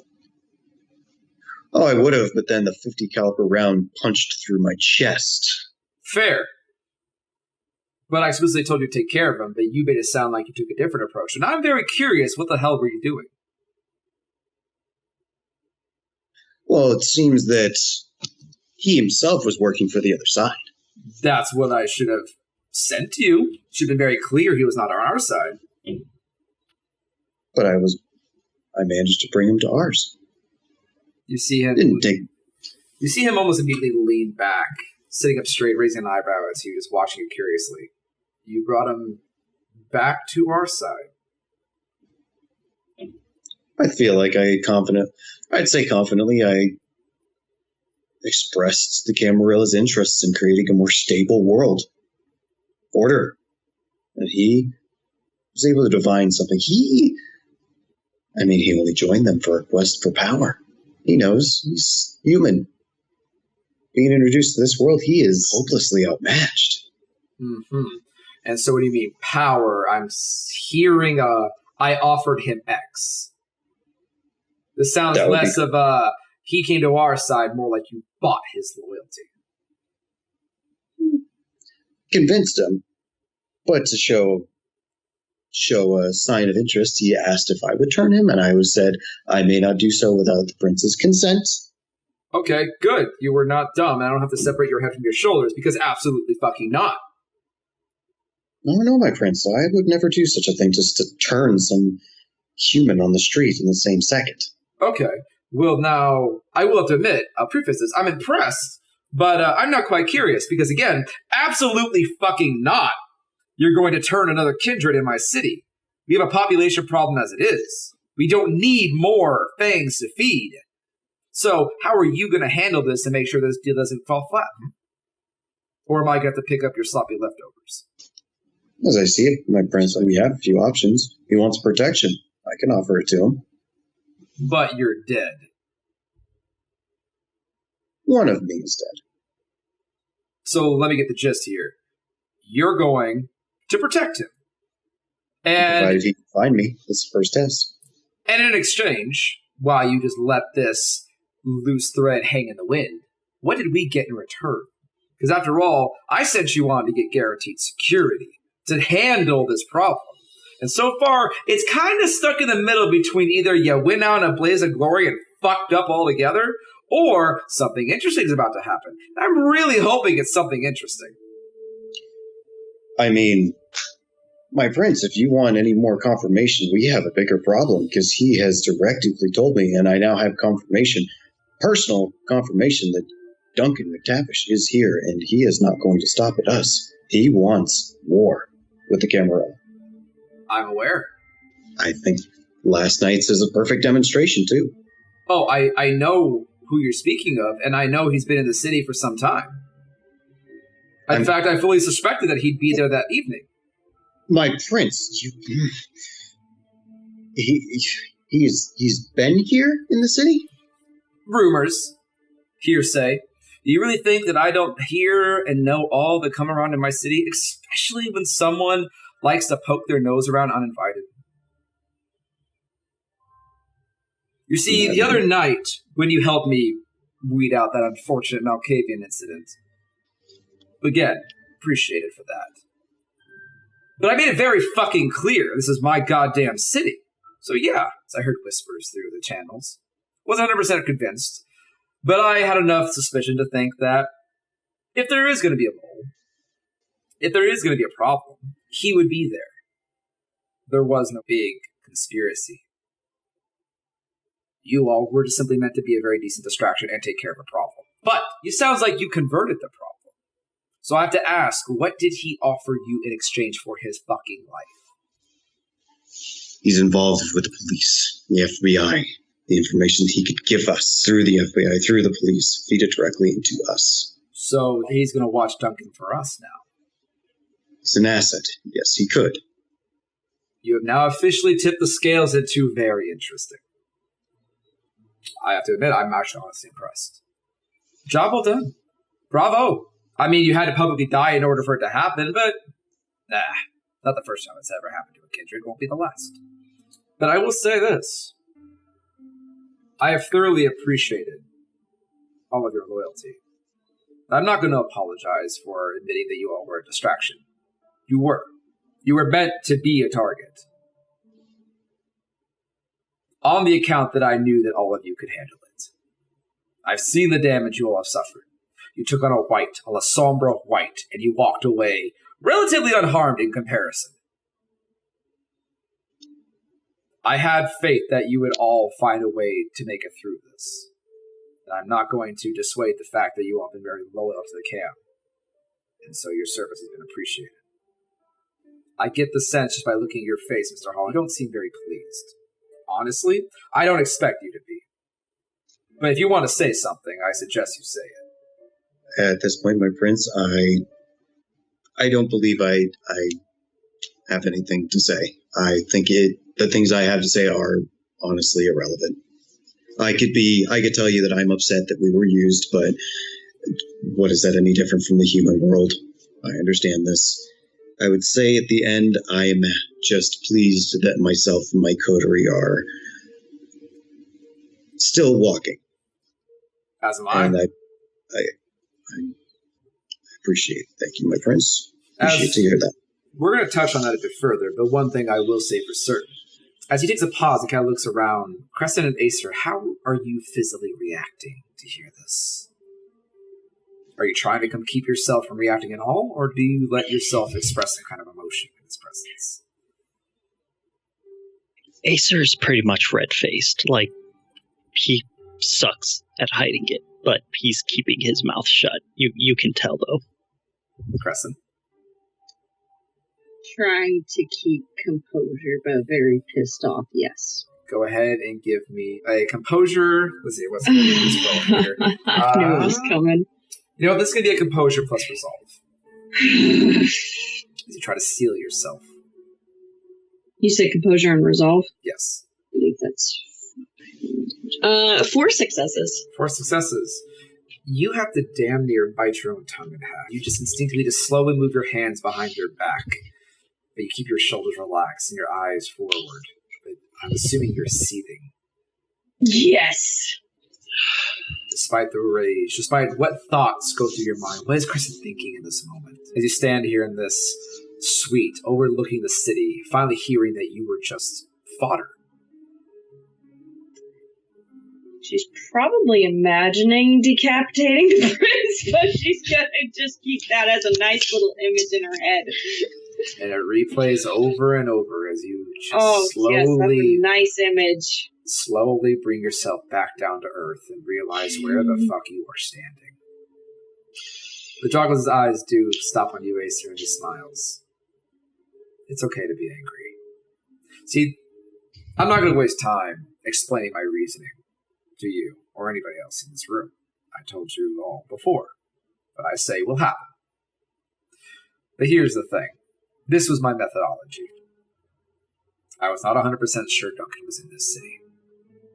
And I had no one at the active hand I could use publicly. So, if I'm going to be honest, which, as a reminder, I've always have been upfront with every one of you. Never once have I held a secret. Mr. Holland here is one of the biggest public-eyed figures in this city. One of them. Not the biggest, but is definitely growing within status, or at least up until this point was growing. It's not the first time that Duncan has targeted someone of great public standing and publicly executed them. If it was going to make a move, if it was Duncan, an educated guess, that's the individual he'd go for, before moving on to what other agenda he's doing. So, as I said, by Mr. Holland's wonderful sacrifice to the cause, we now have confirmation. This goes to you, Mr. Holland. Before I move on to the next business at hand, what do you want to do with that? Because I will say, as a free show of gratitude, I can make all that disappear like that. If you want to return back to the public eye, if you want to keep being Grayson Holland, it's not hard. In fact, their footage is grainy at best. If I'm to be honest, my prince, I would say maybe not yet. I feel as though if Duncan were to learn, and I assume he would learn quite quickly, that my demise is untrue, I worry that it would only lead him to fervorously pursue me. Well, I'll say this. It's really hard to verify if a kindred died or not if you weren't actually there to see the body. If people say you're dead and you don't ever show up again, unless he has reason to suspect you're still living, he'd probably assume you're dead. Or at least terrified shitless enough not to bother him again. I like the idea of having anonymity, at least for the moment. Fair enough. And I do have another... It's not that operations will completely stop. I do have a reserve. That's your prerogative. I was merely giving you a courtesy. But if you don't want it, respectfully, I understand. It's not my place to decide if someone wants to be publicly alive or dead. Just note that this is not something you can probably call upon in the future. The longer it's kind of set, the more complicated this shit tends to get, and so that'll be up to you how to handle it. But that's neither here nor there at this point. Acer, sweetheart, as he turns his attention over to Acer, here to explain why you had not presented yourself to me sooner. I'm sorry. As you should be. I think my herald made it very clear if I assigned you a status of position. And to my surprise, you show your graciousness by ignoring. I am still unaware of what exactly you are talking about.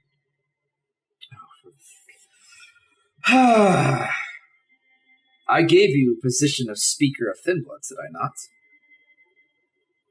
Yes, you did. And you show your gratitude of gaining status by just ignoring me. Do I have to spell it out for you? You can visibly see he is just utterly confused and just turns to Grayson and Crescent like, am I in trouble?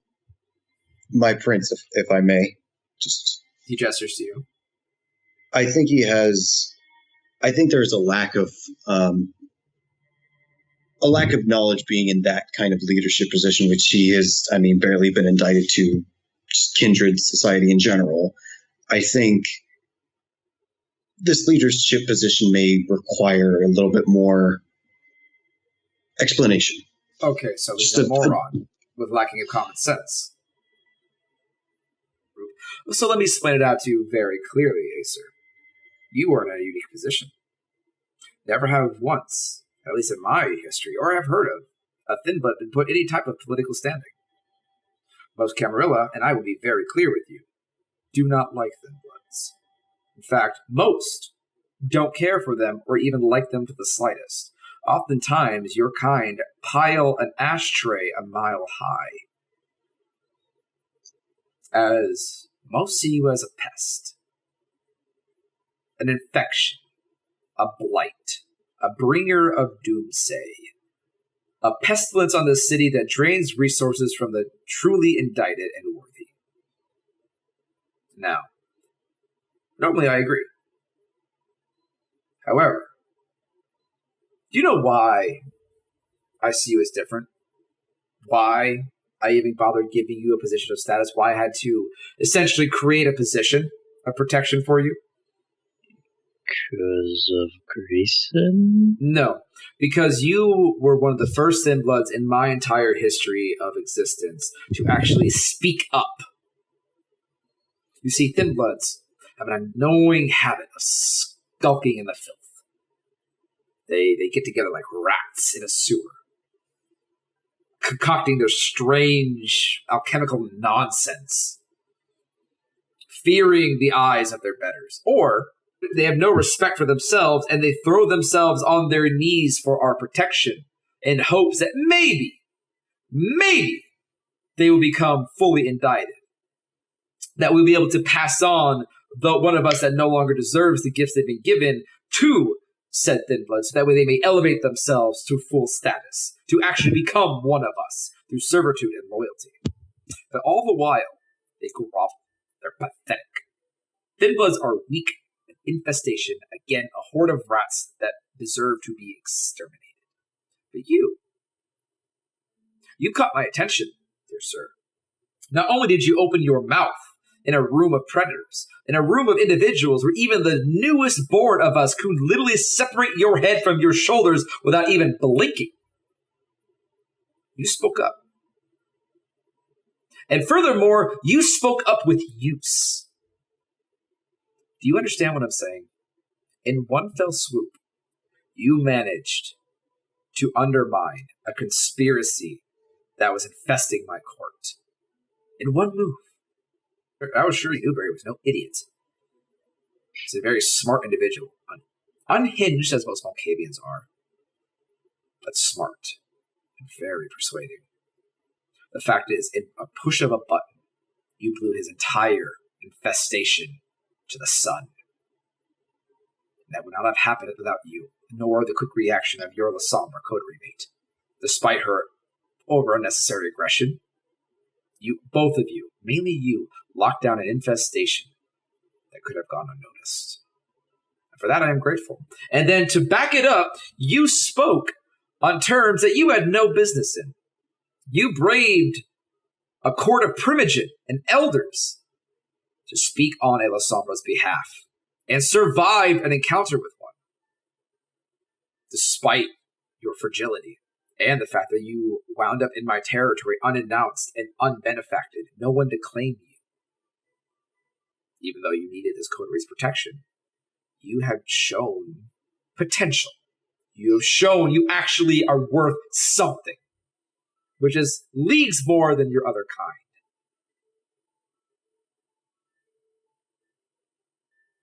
If I am to be honest, I didn't speak up for me. And that makes it even better. Because whether you're naive, lack common sense, or are stupidly brave, you stood up for one of us. You stood up for kindred in an attempt to bring La Sombra into the fold, and you spoke good logic. You had the instinct to support the Camarilla. You showed loyalty with no knowledge on how to do so, and you did it effectively. That's why I created this small circle for you. If there's one of you that shows potential, maybe there are more of you. Must admit, for the first time, I'm caught off guard. Elders will do that to you. You are not a primogen. There's no way in this green earth that I would be able to throw something like that out into the open and be able to even slightest be able to guarantee your safety. If I named you a primogen, it would be such a slap to the face to the other elders that you would be dust by morning without me being able to stop it. So, we have done this instead. I have made a position for you, a circle that hovers right underneath the surface of the same kind of respect that I expect of you. Your main job, you are the last standing wall between my judgment on Thin Bloods. Because see, here's the thing. Thin Bloods are very rampant in this city. Many younger kindred thought it was a good idea to try and embrace freely, thinking that the democracy either A, would not find out, or that barons made very horrible decisions in the moment that have now caused an uprising in Thin Bloods, many of them unclaimed, many of them skulking together, causing problems. Now, the traditional response is to exterminate them. That's usually what the hounds do. But I find that your stirring has made me question if we're wasting our potential. So this is how it stands. Anything that has to do with affecting the Thin Bloods, you will be present for. Essentially, you will present yourself to the Court of Primogen and myself whenever we have meetings. And when those topics come up, your voice will carry weight. However, you are solely responsible that your voice and your rulings are carried out, as you have no physical support beyond my word. The more you prove yourself respectable, the more success you have, I could say the better you're standing, and the more pull you'll eventually be able to sway as you slowly, potentially, hopefully, win over the others, as you're going to have many enemies. That also means that responsibility lies upon you. If something goes wrong, we're going to look to you to fix it. If someone steps out of line, we're going to look to you to fix it. If someone causes problems, we're going to look to you and wonder why wasn't it fixed when you had the chance. Thank you for this great honor. Are you trying to be genuine, or are you forcing it?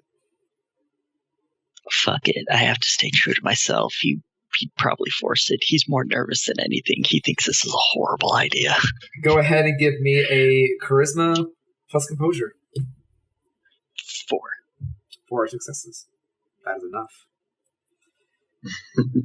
As your voice is grated, you relax your shoulders and almost, in a way, politically play dead. You see, you carry yourself less about forcing it and more like you're too shocked to speak out of gratitude. And this overall view, you can see, puts a smile on Tragos' face. And now see, there, that is a proper response. Pure awe. So, the three of you, don't worry for now. Business has been a little complicated now that we confirmed that Duncan is, in fact, in my city. And rest assured, with Grayson, if your true intention is to stay dead out of fear, take heart. I will be calling a bloodhound for him. You see, the last time he invaded this city, he caused a string of chaos that was felt for years, but he got away. After this, well, thanks to all of you, he's now shown his hand. He has now stepped his nose out of the shadow. So as of today, the moment you all leave this building, I will spread the news far and wide that he has to be damned. Hopefully it shouldn't be long. Either he runs, or he dies. And if you find any information from your new ally, please pass it on. I would be more grateful than I can ever be to pass it on to our sheriff. Which brings me to my final business before I let you all leave. Crescent. Your sire, in the time that she has interacted with me, has spoke very highly of you. Highly of your ability. I'm to assume, since you were never too far away from Grayson's side, while he was standing alone in the middle of that field, were you the one responsible for the explosion that uprooted Duncan and caused him to flee? Because I know Duncan. I've seen his work. He would have made a bigger mess out of Grayson. Yes, I was. I'll say this, you were wise not to confront him directly. This I say with the utmost respect. He would have turned you to dust within moments. Not lacking on your own ability, but he's a different animal entirely. After your display, your track record with his coterie, I have grown fairly impressed. And unfortunately, due to Damien's outburst at the Elysium, he's no longer sheriff, but he is a deputy under your sire. And I would like to offer you to join her.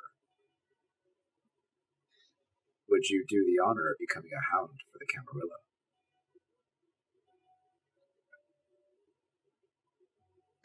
I just look over at Crescent. My eyes are wide. Once again, Acer is confused. He sees your visible confusion, and he rolls his eyes. Since you are now part of the court, you will be taking lessons as they come. A hound is an individual that keeps up the law within my city.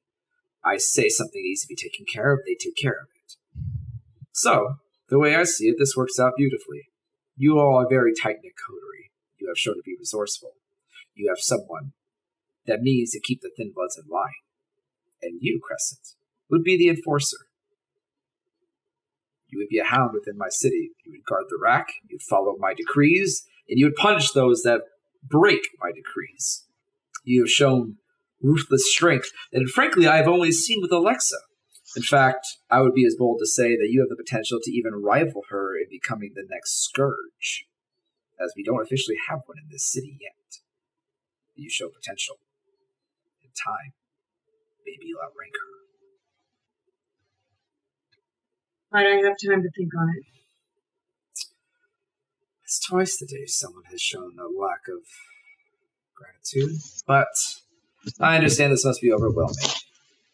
I will give you one night to think about it. If you don't feel like you're up to the task, that's fine. But I'll give you a night to think about it, as it is sudden, and I can respect that. Thank you. Regardless, he snaps his fingers as you all see just miraculously almost apparate behind this twisted, snarl-looking individual, slightly hunchbacked over with dog-like fangs that come upwards.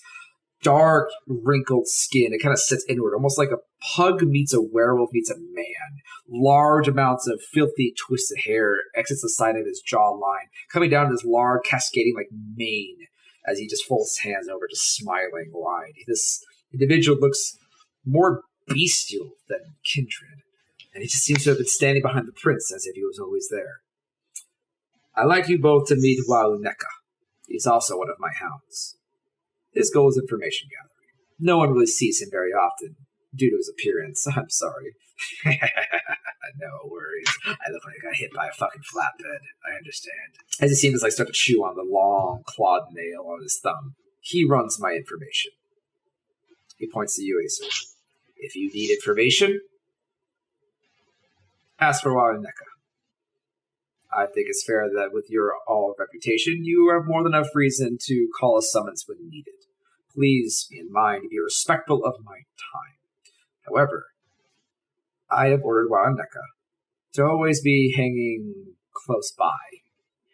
You hear Wauneka just kind of sigh, just tilt his head. Don't worry about it, thin boy. I'll give you my deeds later. I actually have a cell phone. Oh, thank God, that makes this easy. Yeah, I know, right? Zagos rolls his eyes. I really wish you would abandon that. You know it's a risk. It's not a risk if they don't see me, boss boy. What, you think you could see me, sweetheart? You didn't even notice I was standing here. I thought the smell would give me away. Ha! At this point, as soon as he mentions it, you could smell the stale stench of homeless man. It's a long shot, but that man, the other night. It's not the same. Okay. Just had to be sure.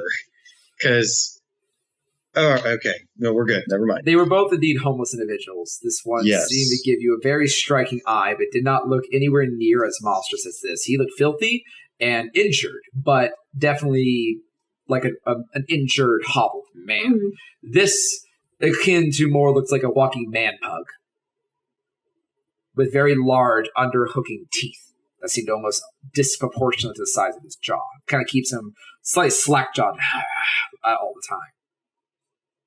Gotcha. Wauneka will stop by and give you his information. You'll know him when he comes. Right. Thank you for this great boon. You're quite welcome, Speaker of the Thin Bloods. Now, I have other things I need to attend to. I appreciate you stopping by. I think it's best I give you a little break. Well, you may all leave.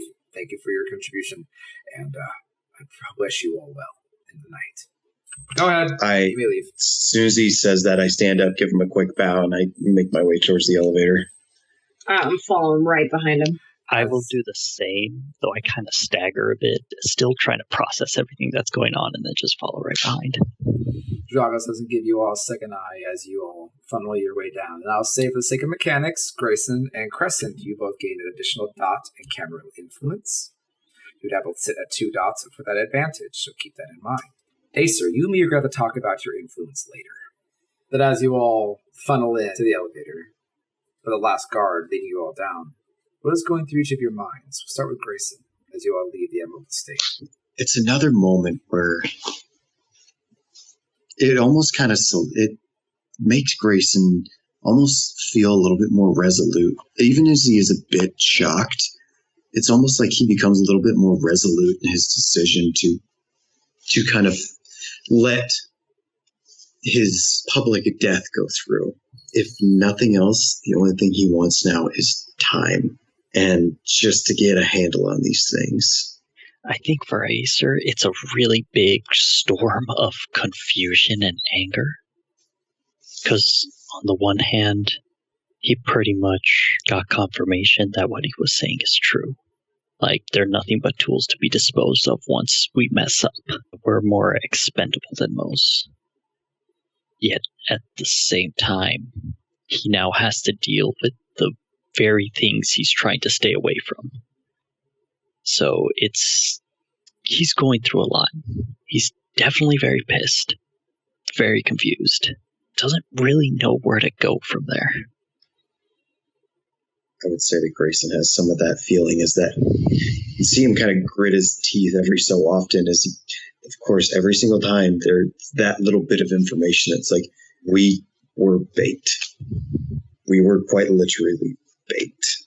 Every so often you see him kind of grit his teeth. Even though his mouth is closed, you can see like the muscles in his cheek tense for a second and go back to normal. Kind of being a little bit selfish right now because that was a big fucking bomb. Just a lot of confliction because she doesn't want to do it. The main thing that she values is her freedom, and she just found out that she was used. No doubt that would happen again. All she's ever wanted to do was leave Seattle.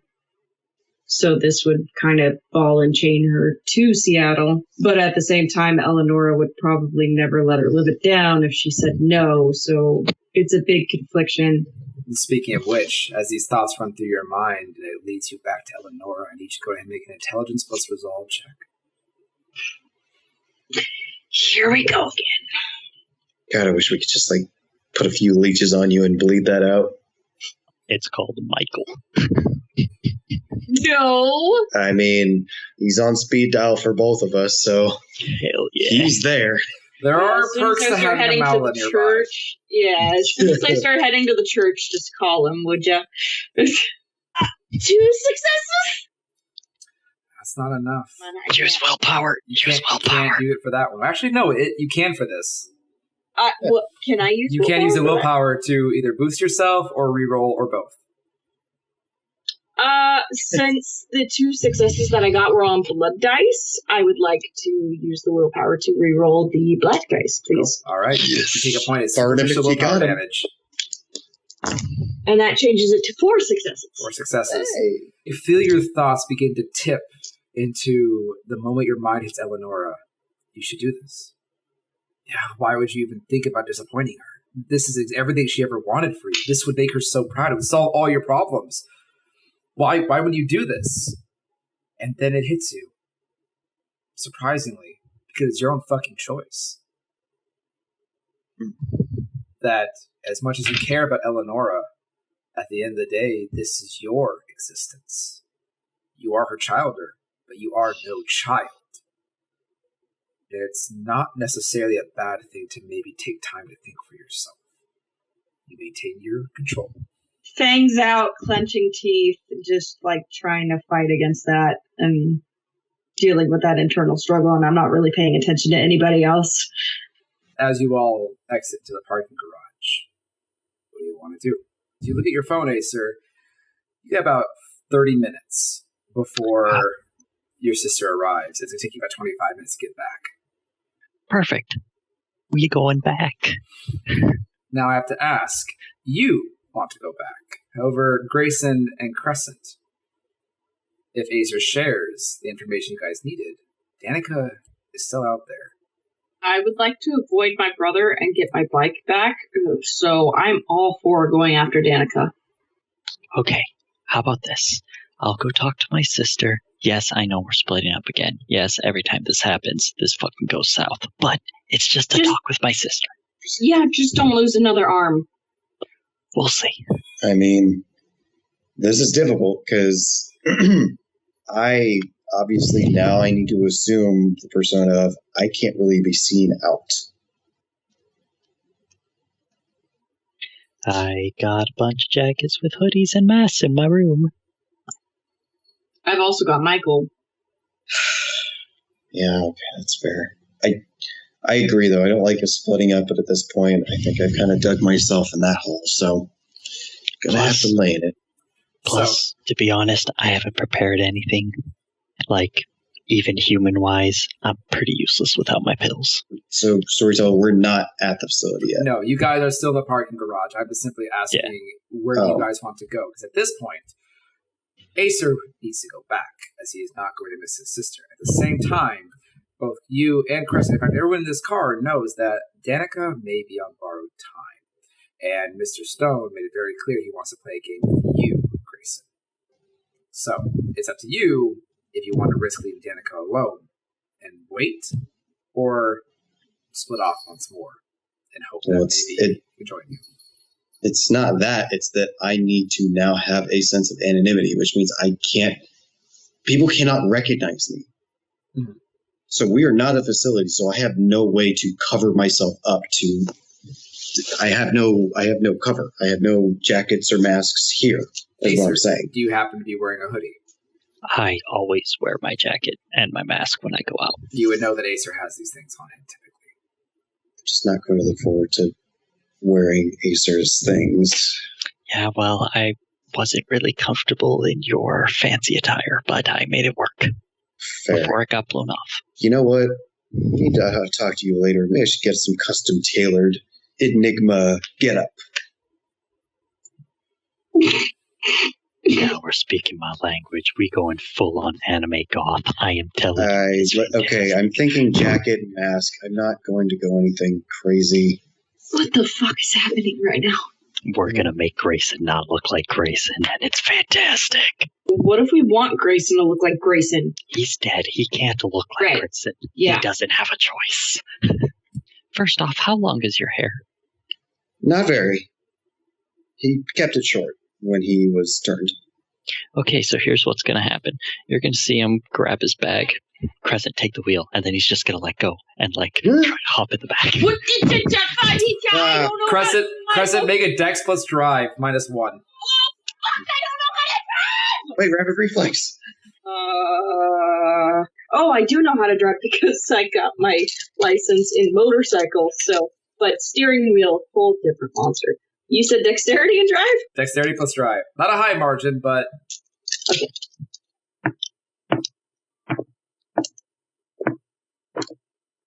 I love how she throws it down one at a time. No, I've seen her. She just holds it above the tray and drops it. I have to. That's the best way to roll it.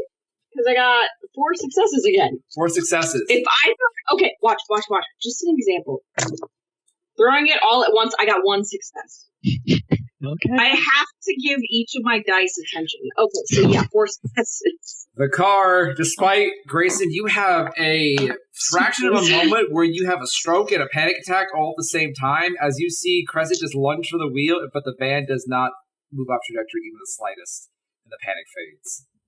And then I'm going to unzip my jacket. I'm going to be like, here, put this on. And I'm just going to throw it on him.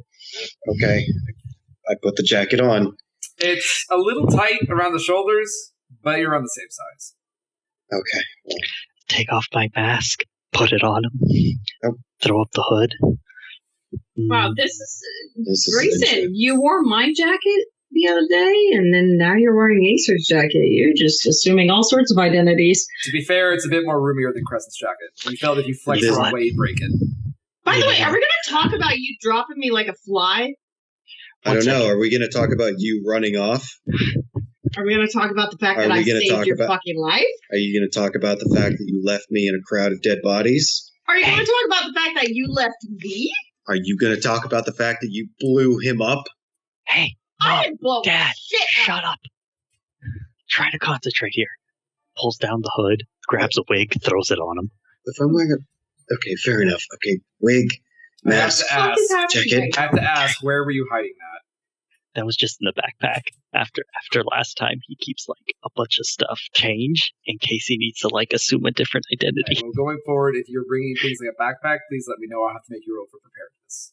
Right. Apologies. And then, just because we want to be very safe, pulls out some eyeliner. We gotta go, Emo. Grayson, you can object at any time. Is the makeup really necessary? You'd be surprised. Acer, I will do this. Promise me. You be quiet. Promise me this is actually to help and you're not just rubbing this in. When people are looking for you, you'd be surprised how much detail they can get. And you look much different if I had the full set of, like, face contouring kit. I have sisters, trust me. Oh, okay. I'm going to ask this before. Is it you have what it takes to get it off later? It's literally just rubbing alcohol. You're fine. Perfect. All right, now come here. Just sitting there, my eyes are closed, and I'm just... You know what? I will fucking fight. For this, go ahead and give me a... You know what? Give me an intelligence plus performance. I'm going to be trying not to look at the fucking rearview mirror at this shit show. I would hope not. You're driving. That's why I'm trying to stay focused, but it's very hard. Because right now you're lucky you're all in a van with enough bucket seat to actually for him to get in the back and still be in the front seat holding the gas. That's a crit with a total of 5, baby.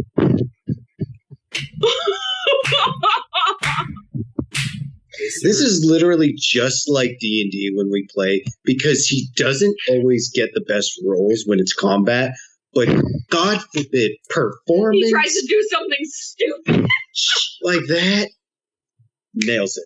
I actually have to contest this. I always pull this because he's so damn dead set on it that I give him a roll just so I can wait for him to fuck it up, and it never does. I can validate this is completely true. It will eventually, trust me. I don't know about that, man. Despite you still having to run the gas and the brake of this van, you were somehow miraculously able to teamwork with Crescent and still put on a hefty amount of eye makeup onto Grayson before finally spinning around in time to get control of the wheel once again. And he doesn't look half bad, actually. You actually have done a decent, high-grade cosplay worth the amount of eyeliner. Before long, though, as Acer, you do check the time, you gotta get back to the facility very soon, or you're going to have to deal with a either missed or late meeting with your sister. I'm assuming, though, for the sake of brevity, you two want him to drop you guys off at the square to see if he can recover Crescent's bike. Yes, I assume that's what we're doing. Make sure. Excellent. So, by the way, holds the eyeliner to Crescent. If you want, you can use this too. Rapid reflex grab it. It's gone in a lightning flash. So it almost burns your hand on how fast it left your fingers. Ay, puta. Chica no sabe controlar su pio. Never mind. You take the time, Acer, to drive your way into the city square, and to everyone's relief, the bike is still there. Hopping out, I'm assuming, Crescent, you do a full spin around. Yeah, and then kind of hug it. You hug your bike. To your surprise, it has nary a scratch. Whether it be the fact that most people fled this scene within a 12-mile radius, or the fact that there's probably a crap ton of police tape, as you can still see some of it litter on the ground now that they've had a whole day to investigate the scene, and luckily no one impounded your bike. It's untouched. Minus a little bit of police tape you have to kind of rip off the handle. I'm just going to throw a leg over it and see if I can rev it up. Purrs like a kitten. Beautiful. All right. Nothing's changed. Hop on. Without a word, I'm just throwing my leg over, sitting down, wrapping my arms around her waist. And silently crying. And silently crying my undead tears that don't exist because I'm internally crying. Oh, don't worry. I'll drive safe. And then I'm just going to speed off. You're going to gun it again? Yes. She's going to start to feel sizzling on her jacket. Give me a dexterity plus drive as you don't waste time. And Ace, before you have even time to get back in the van, after bidding your friends farewell, she hikes that bike into gear. Even with a Harley, she backs up and screeches the fuck out of there. I really want that eyeliner back. I hope she gives it back. Based on your income, that was the expensive shit. That was her. That's her property now. You will never see it again. Oh, yeah, no, you will never see that again. You should not have given her that. I really hope my sister doesn't figure out I took that. Oh no, because if she starts asking questions, it's gonna be funny. Hey, 3 successes. 3 successes. It's a little wobbly at first as near the gate as Crescent blatantly cuts through a red light. Acer, you drive your way to the highway, watching your friends quickly disappear in your rearview mirror. And I mean very quickly. In fact, your heart stops almost, well, more than it already is. For a moment, you think Crescent almost plows into a little old woman before barely cutting past her. But you drive off and make it back onto the freeway. You look down at your phone just as you begin to pull into the parking garage. Carlos letting you back in. Your sister texts you and says, I'm here. Where are you? And where should I go? Okay, she's probably out front. And I'm going to get out of the car, close it, leave it in the garage, and just go to the front gate. You go to the front gate, walking through the air. The snow is starting to come down harder. The air turning frigid and biting. You do see her humble little blue bug sitting at the front gate, just as Carlos is leading out the front going, hold on. Hey, you letting this, am I letting this one in? Yep. All right, yeah. Well, the guy said you can go. As he lifts the gate, letting your sister's car pull in. As you can see, she's driving around the front of the parking lot. You can already see her face as it's very stern. Oh, this is not going to be fun. She's pissed. And I'm just going to point to the visitor parking. She glances at you very quick and sharp before pulling into the visitor's parking. Getting out, she's dressed in a comfortable pair of jeans with a loose-fitting top and a very nice, thick red neon jacket, carrying what appears to be a very expensive purse on one shoulder. She seems to always be a fan of Louis Vuitton. As she comes around, her hair is nicely done. Looks like maybe she came from work or an outing, or she just naturally likes to look good. So I'm going to come up and just be like, okay. First off, super apologize. First off, I need tea or cocoa. I need to get out of this fucking cold. And where can I put my bag where someone's not going to take it? All that's in my room. Let's go. Just because I haven't told Medico this, I'm going to swing by your office, not go in, but I'm going to walk past. And as I do, I'm just going to poke my head in and just be like, hey, by the way, the deal's off a week early, so everyone should be great now. So just a heads up. And as I'm just going to as you say this, you watch Medico. She's carrying about 3 different packs of infusion bags. Just drop them and goes, thank you! As just peeking in, you can see that your guy's infirmary has been filled. Feel your sister poke you in the back going, is this where your room is? And Medico, and Medico immediately pops up eyes wide and dashes into a nearby curtain. No, this is the medical ward. I was just talking to the head nurse. Does she have some aspirin? I have a splitting ache. Yes, I will get it for you. Please wait here. I could do it myself as she tries to shove past you. Oh, no. Everyone in there is very sick. I don't want you to catch what they're catching. Just trust me. I got this. I've been helping her. Go ahead and give me manipulation plus subterfuge. With plus 2, she is immortal. 4 successes. 4 successes. As you quickly put a hand out in front of her, she kind of gives you that, the fuck you think you're doing look for a moment. Before she just kind of shrugged like, I guess it's the least you can do. I don't want to be grabbing your shit anyway. Hey, I'll be right back. And I just kind of walk in and just be like, medical aspirin's right here, right? She just nods her head, but she mouths, what the fuck? I had to explain things. Get the fuck out of here. I ain't going to be a part of this shit.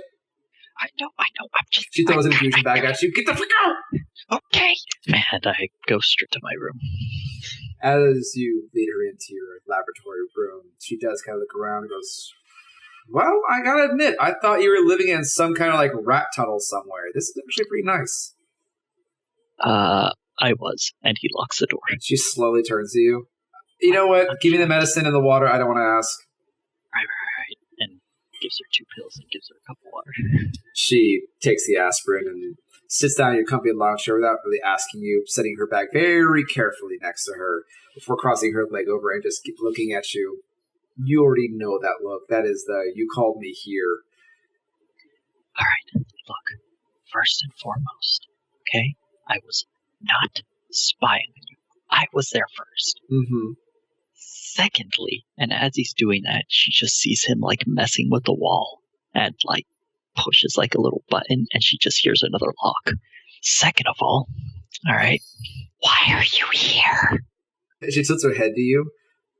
First off, if you really didn't want to look so suspicious, you shouldn't have been hanging around some random girl, very pretty by the way, and you shouldn't have been trying to sneak out. You sneaking out makes you look fucking guilty, and now you have the gall to ask me what I'm doing in the city? When you haven't really reached back home in, let's say, a couple months, and then suddenly the family gets a letter that I had to hear about secondhand? Snail mail sucks, all right? Yeah. I cannot be seen with someone who shares my DNA. I don't want people to put two and two together. I'm trying to be cautious. So you, because of your fucking situation, you're expecting me just to stay at home like a good little nun and not, I don't know, live my fucking life? You can live your life literally anywhere but here. I don't think you have the authority to talk I can and can't do. You are correct. In normal situations, have you forgotten what I am? She takes a small sigh, giving you a very irritated look before kind of looking around. I'm assuming you're paranoid about this room, too.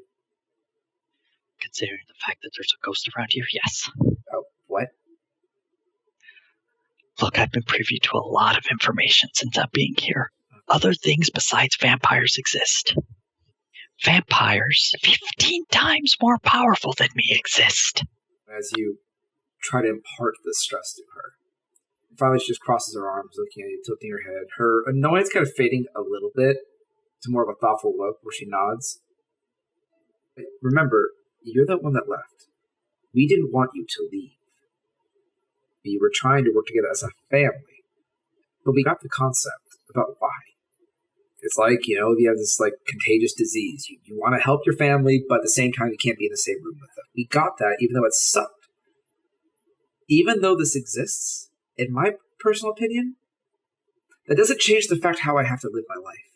What's the difference of me getting abducted on the street? Whether it be here, or in San Francisco, or in New York, or Orlando. What's the difference? You stopped caring about anything. You didn't take the job that you were offered. You hid away in your room for weeks. I mean, granted, the sunlight part was a pain in the butt. I get that. But you didn't do anything besides obsess and try to fix yourself. And that's fine. But your life stopped. Our lives fucking stopped on a dime. I decided to stop that. I went back to school. Did you even fucking know that I graduated? No. You didn't. Because no one told you. And you didn't ask. You just updated how you were doing. And that's all we get. Mom and Dad may fawn over it. Frankly, I just decided I have to live my life. So I graduated school. And I came here. I got a good job.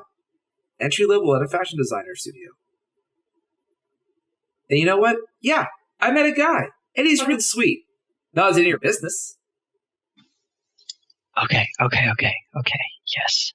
I'm sorry. You're right. Just because I live like a hermit doesn't mean you guys had to.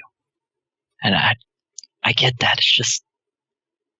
there's a lot going on out here. A lot more than I thought was happening. And the more I dive into it, the more I realize that you guys even knowing about my position puts you in danger. And I just got a little obsessive. Yeah, which is what you typically do. For you seriously expecting me just to stay at home and be afraid of every fucking shadow in the dark. Be afraid of every little thing that exists or doesn't exist. I mean, for fuck's sake. Did you really think that I would stop my life more because of this until you just suddenly came home and said you were fine? That doesn't change the fact that we know this shit exists. That we don't have to know how bad it is. Whether you're cured or not doesn't change that. The best thing we can do is just be aware that it does exist and try to fucking live our lives. I know. I just hoped it didn't exist everywhere. That I could find a place that you guys would actually be safe instead of hunted. She gives you that oh really look. You really honestly think that Seattle's the only place that would have something like this? If you exist and we live like 2 hours outside of the city and you got affected, there are bigger cities than Seattle, bro. Yeah, but, I thought it was like in movies where there's like a select few, like a gang or something. This isn't one of your video games or your animes. This is real life. It is common. It's an easy thought to think that if this actually exists in this city, which is not even the biggest city in the world, Now imagine how probably big it is in New York or Chicago. Okay, to be fair, until I got infected by this all was just a video game. Yeah, and then we found out it actually fucking exists, and you told us. Which, that wasn't meant to be as much of a guilt trip as it sounded, because it was a lot better than the typical disappear in the night and we never know what happened to you. Or worse, think that you were actually murdered. That was a bit insensitive, I'm sorry. It's fine, just at the very least tell me you're taking some kind of precaution. The guy you're seeing, can he protect you? Does he even... Did you tell him about me? No. Okay. Why would you fucking think I did? Look, like you said, I haven't heard from you guys in a while. It's a lot easier to keep tabs on what I'm doing if I'm the only one sending information. Again, it's not really our fault that you haven't heard from us. Yeah, I know. It was Believe a me, precaution. Dad really tried, and he's still fucking trying. I know. I just... Look, things happen to where now I'm essentially higher up on the totem pole in all of this. You got your own business. Something is obviously going on. I mean, this, as she kind of gestures around, is actually a very elaborate space. This is more complex than I thought you were in. Right. Well, see, what happened was I kind of came into a bit of money. Let's just say that in the event of my inevitable death, you guys probably could own a mansion or two. She puts her hands in front of her face, takes a very long, deep breath, and as she exhales, you actually can see her breath a little. After seeing that, I'm going to look around vigorously. You don't see anything. I honestly could give a shit about your money. You know what? I was trying to stay calm because I get you're in a stressful situation, but Acer, as she begins a string of curses in Spanish, she loosens her grip and looks at you. We don't fucking care about your money or your status. All we care is that you're okay and taking care of yourself. And if you're doing that, that is fine. But this boils down to either A, you were spying on me, which you had no right to do. And if I believe you're telling the truth, 2, you try to sneak out like I wouldn't be ashamed to see my own brother. Even if I get you're trying to protect me, you didn't have to sneak out. You could have just walked up and left. You could have walked by with a smile and a wave and an awkward, hey, I'm meeting a stranger, and then texted me later. For fuck's sake, you have all of our numbers. You could have texted me and just maybe, I don't know, a week ago asked, hey, how you doing? I would be like, oh, look at that, bro. I finally got another number I could text you. And look at that, I met a guy. I couldn't risk the guy you were with seeing me.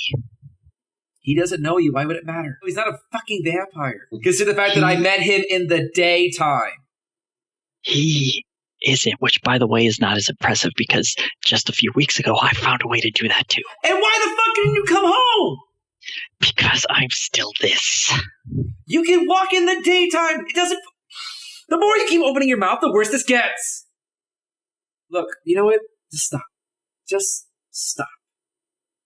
Acer, I love you, brother. I really sincerely do. You're not going to explain this away and make it better. You're not.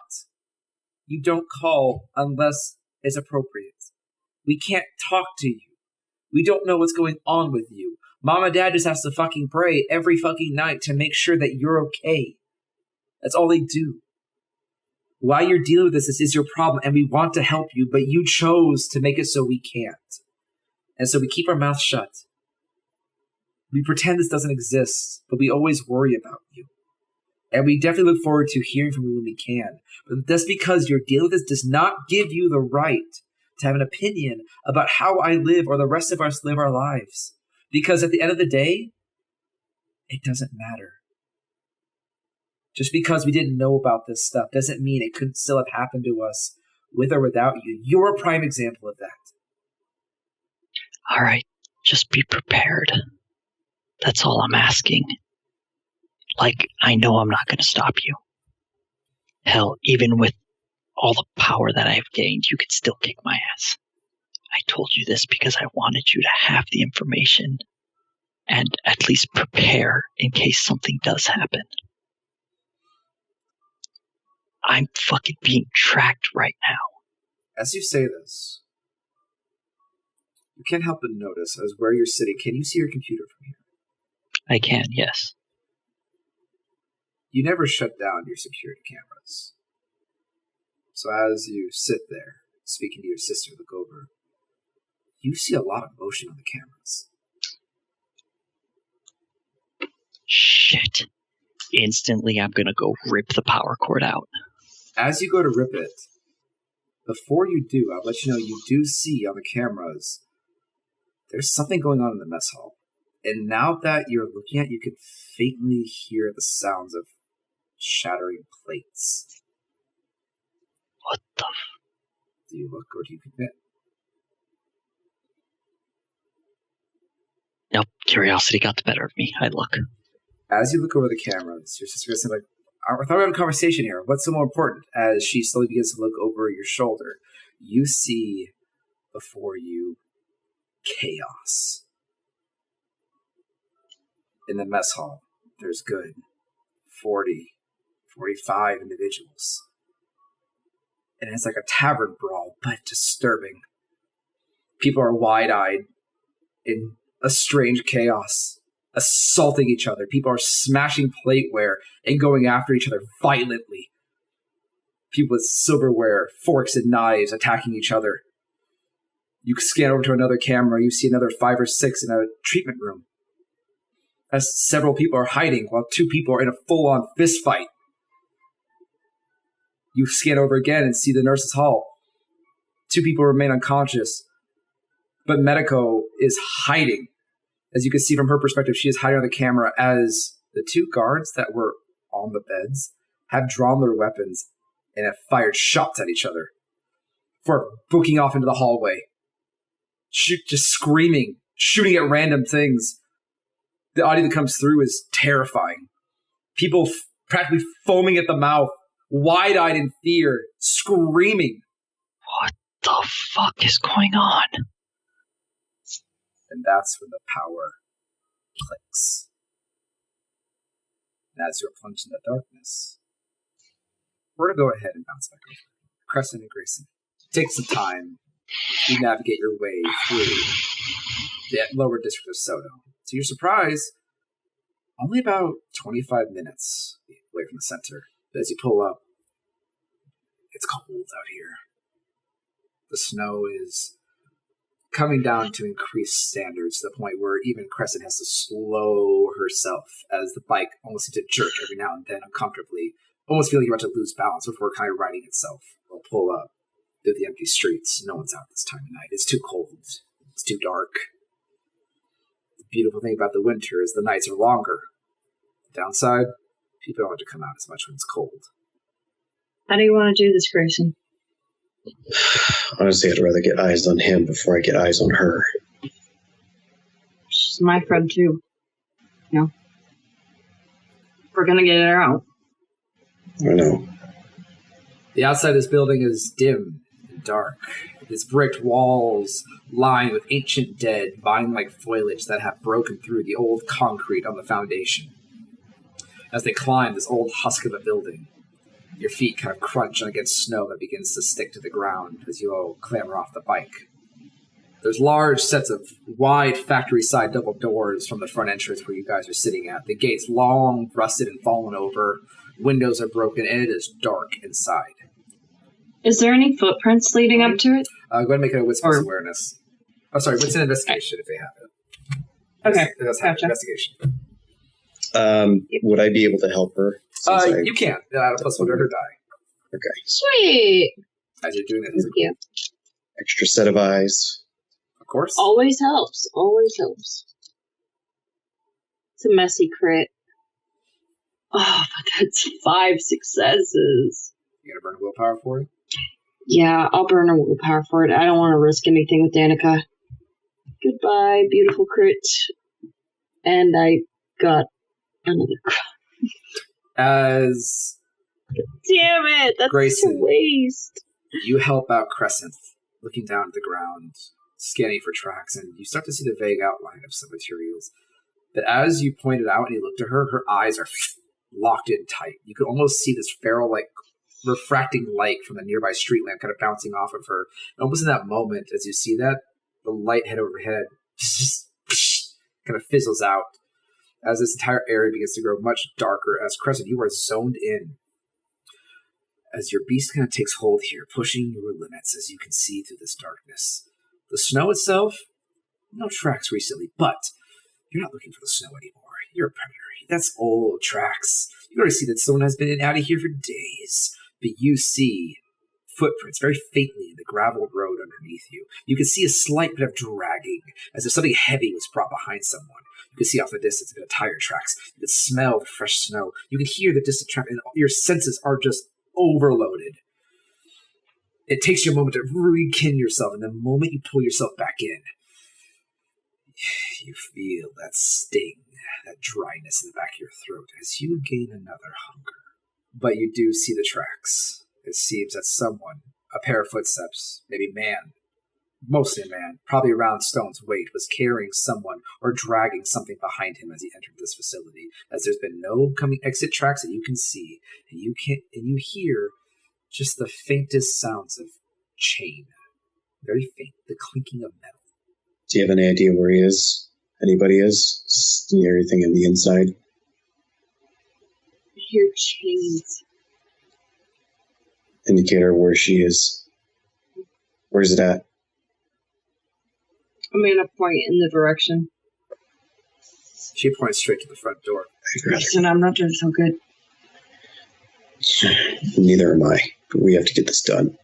Either I walk in by myself and you back me up, or something else. No. What do you want me to do then? You are my backup. You are our last resort, because the last thing we need is me to be here by myself. You need to be non-existent right now. You are backup.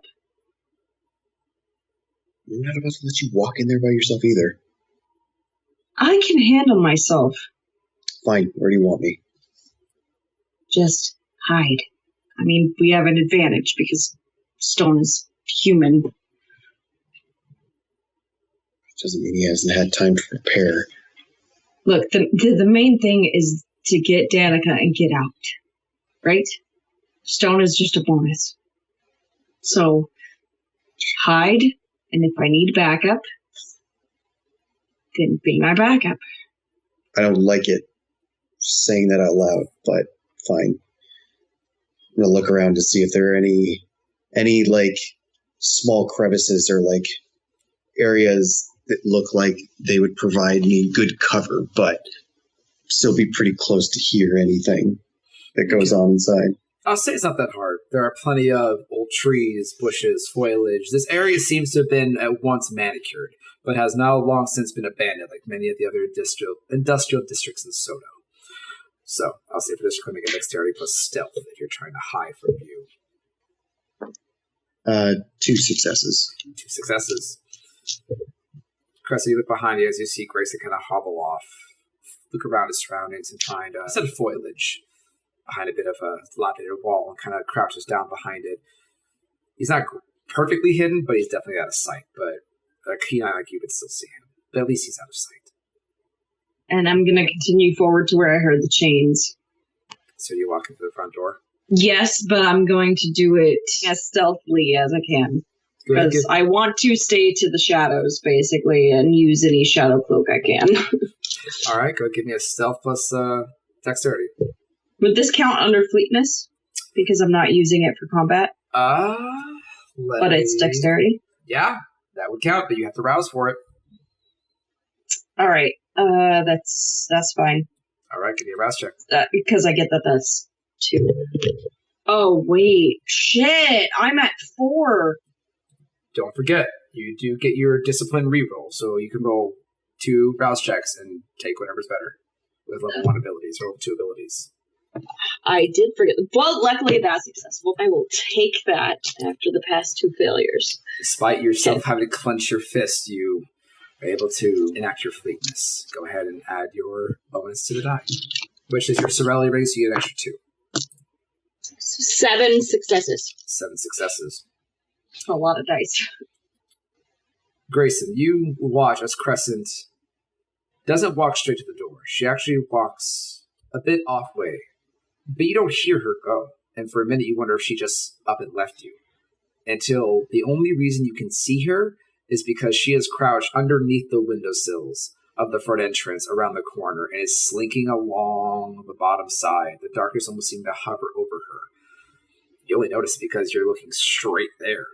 But, Crescent, I will allow this because I didn't ask before you guys left. What equipment did you guys bring with you? And I'm only allowing this without a prepared check because I didn't ask before you left. I'm bringing my 2 guns as usual, and then my dagger and my boot. Okay. Grayson. Definitely got my shoes, my gloves. Or one glove. One glove now. Oh, right, you lost the other one. As a flaming fist. Yeah. The Crescent, you slink up to the door and do you open it? As carefully and quietly as I can, yes. With your stealth, you're able to just pull it open. The door doesn't squeak, but to your surprise, it's unlocked. I'm going to double check that there's no strings, there's no traps, or any sort of the like. There's no rule necessary for this. You look down, you slowly peek your head in, silently, into the dark. There's no traps. The door barely squeaks at your touch, as if a breeze could open it. I'm going to try and, while just maintaining small of a crack as I can, I'm going to say to Grayson, just quietly, you hear anything out of the ordinary? Don't hesitate, and I will go in through the door. Soundlessly, you slip in. The door closing behind you, even just a fraction of an inch you needed to slip inside, like a snake into a burrow. Doesn't even make a sound as you slip in. You enter into the darkness, at home here. Look around, your eyes adjusting. Your eyes are not as sharp as Enzo's in the dark, but you can make out the shapes.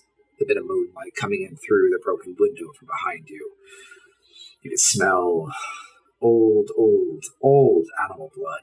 As you look up, you see off in the distance almost like a set of chained in hooks, maybe about 12 feet off the air, that leads into some kind of porthole off to the top left, wide. It seems to be where meat would be entered in and conveyor belt through. You can see around you, maybe this was an administration section. You see an old desk, broken and splintered. A lot of the old equipment that even people who work here are old and rusted. Tools and knives left behind. Different scatterings of plaster and glass that are on the floor. You have to find you're walking very carefully to avoid the sounds of shattering glass. Your ears constantly aware for any threat. You slowly begin to slink your way towards the machinery, kind of hiding next to it, just kind of looking out. You do see vaguely, maybe about 12 feet in front of you, another set of double doors that seem to lead into another room. No windows. That's when, Grayson, you hear sound like a PA system. I can see you hiding out there, friend. It took you long enough. As Stone's voice seems to reverberate on the inside of the building, loud enough to be heard through the broken and cracked windows in the front. As Grayson, you look up and you do see a small camera in the direction where you all pulled up. A little red light flashing. I'm disappointed. I don't know where your friend went, but I asked you specifically to come alone, and now you just broke the rules of the game. Question. Yes. Does he recognize Grayson even through the disguise? I'll say he probably doesn't recognize you physically, but he saw Crescent, and he's seen Crescent before. Oh, jeez. You saw both of you pull up on the bike. Probably can assume it's you. But whether he actually recognizes you for a fact, probably not. And I'm hearing this too? You are definitely hearing this. You overhear the PA. Gotcha. He continues. I'll make this very easy. You just have to get Danica and leave. But you know, I meant what I said. That I'm going to try and take something from you. You ruined my life. Because of you, I lost my job. I lost my wife. I lost my home. And I lost my respect. but I'm going to do something you didn't give me. Actually, that's right, you did. You gave me a chance. And in my fear, I panicked. So let's see if you make the same mistake. At that moment, Crescent, light floods this entire area. And thank God of your stealth for where you were hiding. For as the light that illuminates this entire inside the building is bright, insanely bright, but it's off-colored. As you pull back just in time to see a bit of your hair sizzle away. As you look around, Chris, your eyes adjust. You can almost feel the radiance, the uncomfortability. It is a sensation that you recognize, the feeling of being near UV light. As Grayson, you can see the off-color. It even hurts your eyes just to see it from this distance. As you know, Crescent is now surrounded. And for now, we'll leave off with one thing, Grayson. What is your reaction? I'm going to stand up and I'm going to walk out of the bushes. Do you hear me, Stone? Yes, Mr. Holland. I will give you something. I have taken too much. I think I'll give you my respect. That's what I will give you tonight. And as I reach over and what kind of door is it? It's just a set of large double doors with an L-shaped handle. I take the handle, I intentionally bend it in my hand and I pull it backwards. And just wide open. As you look inside to see Crescent huddled down in absolute fear as she is hiding in some of the few safe shadows.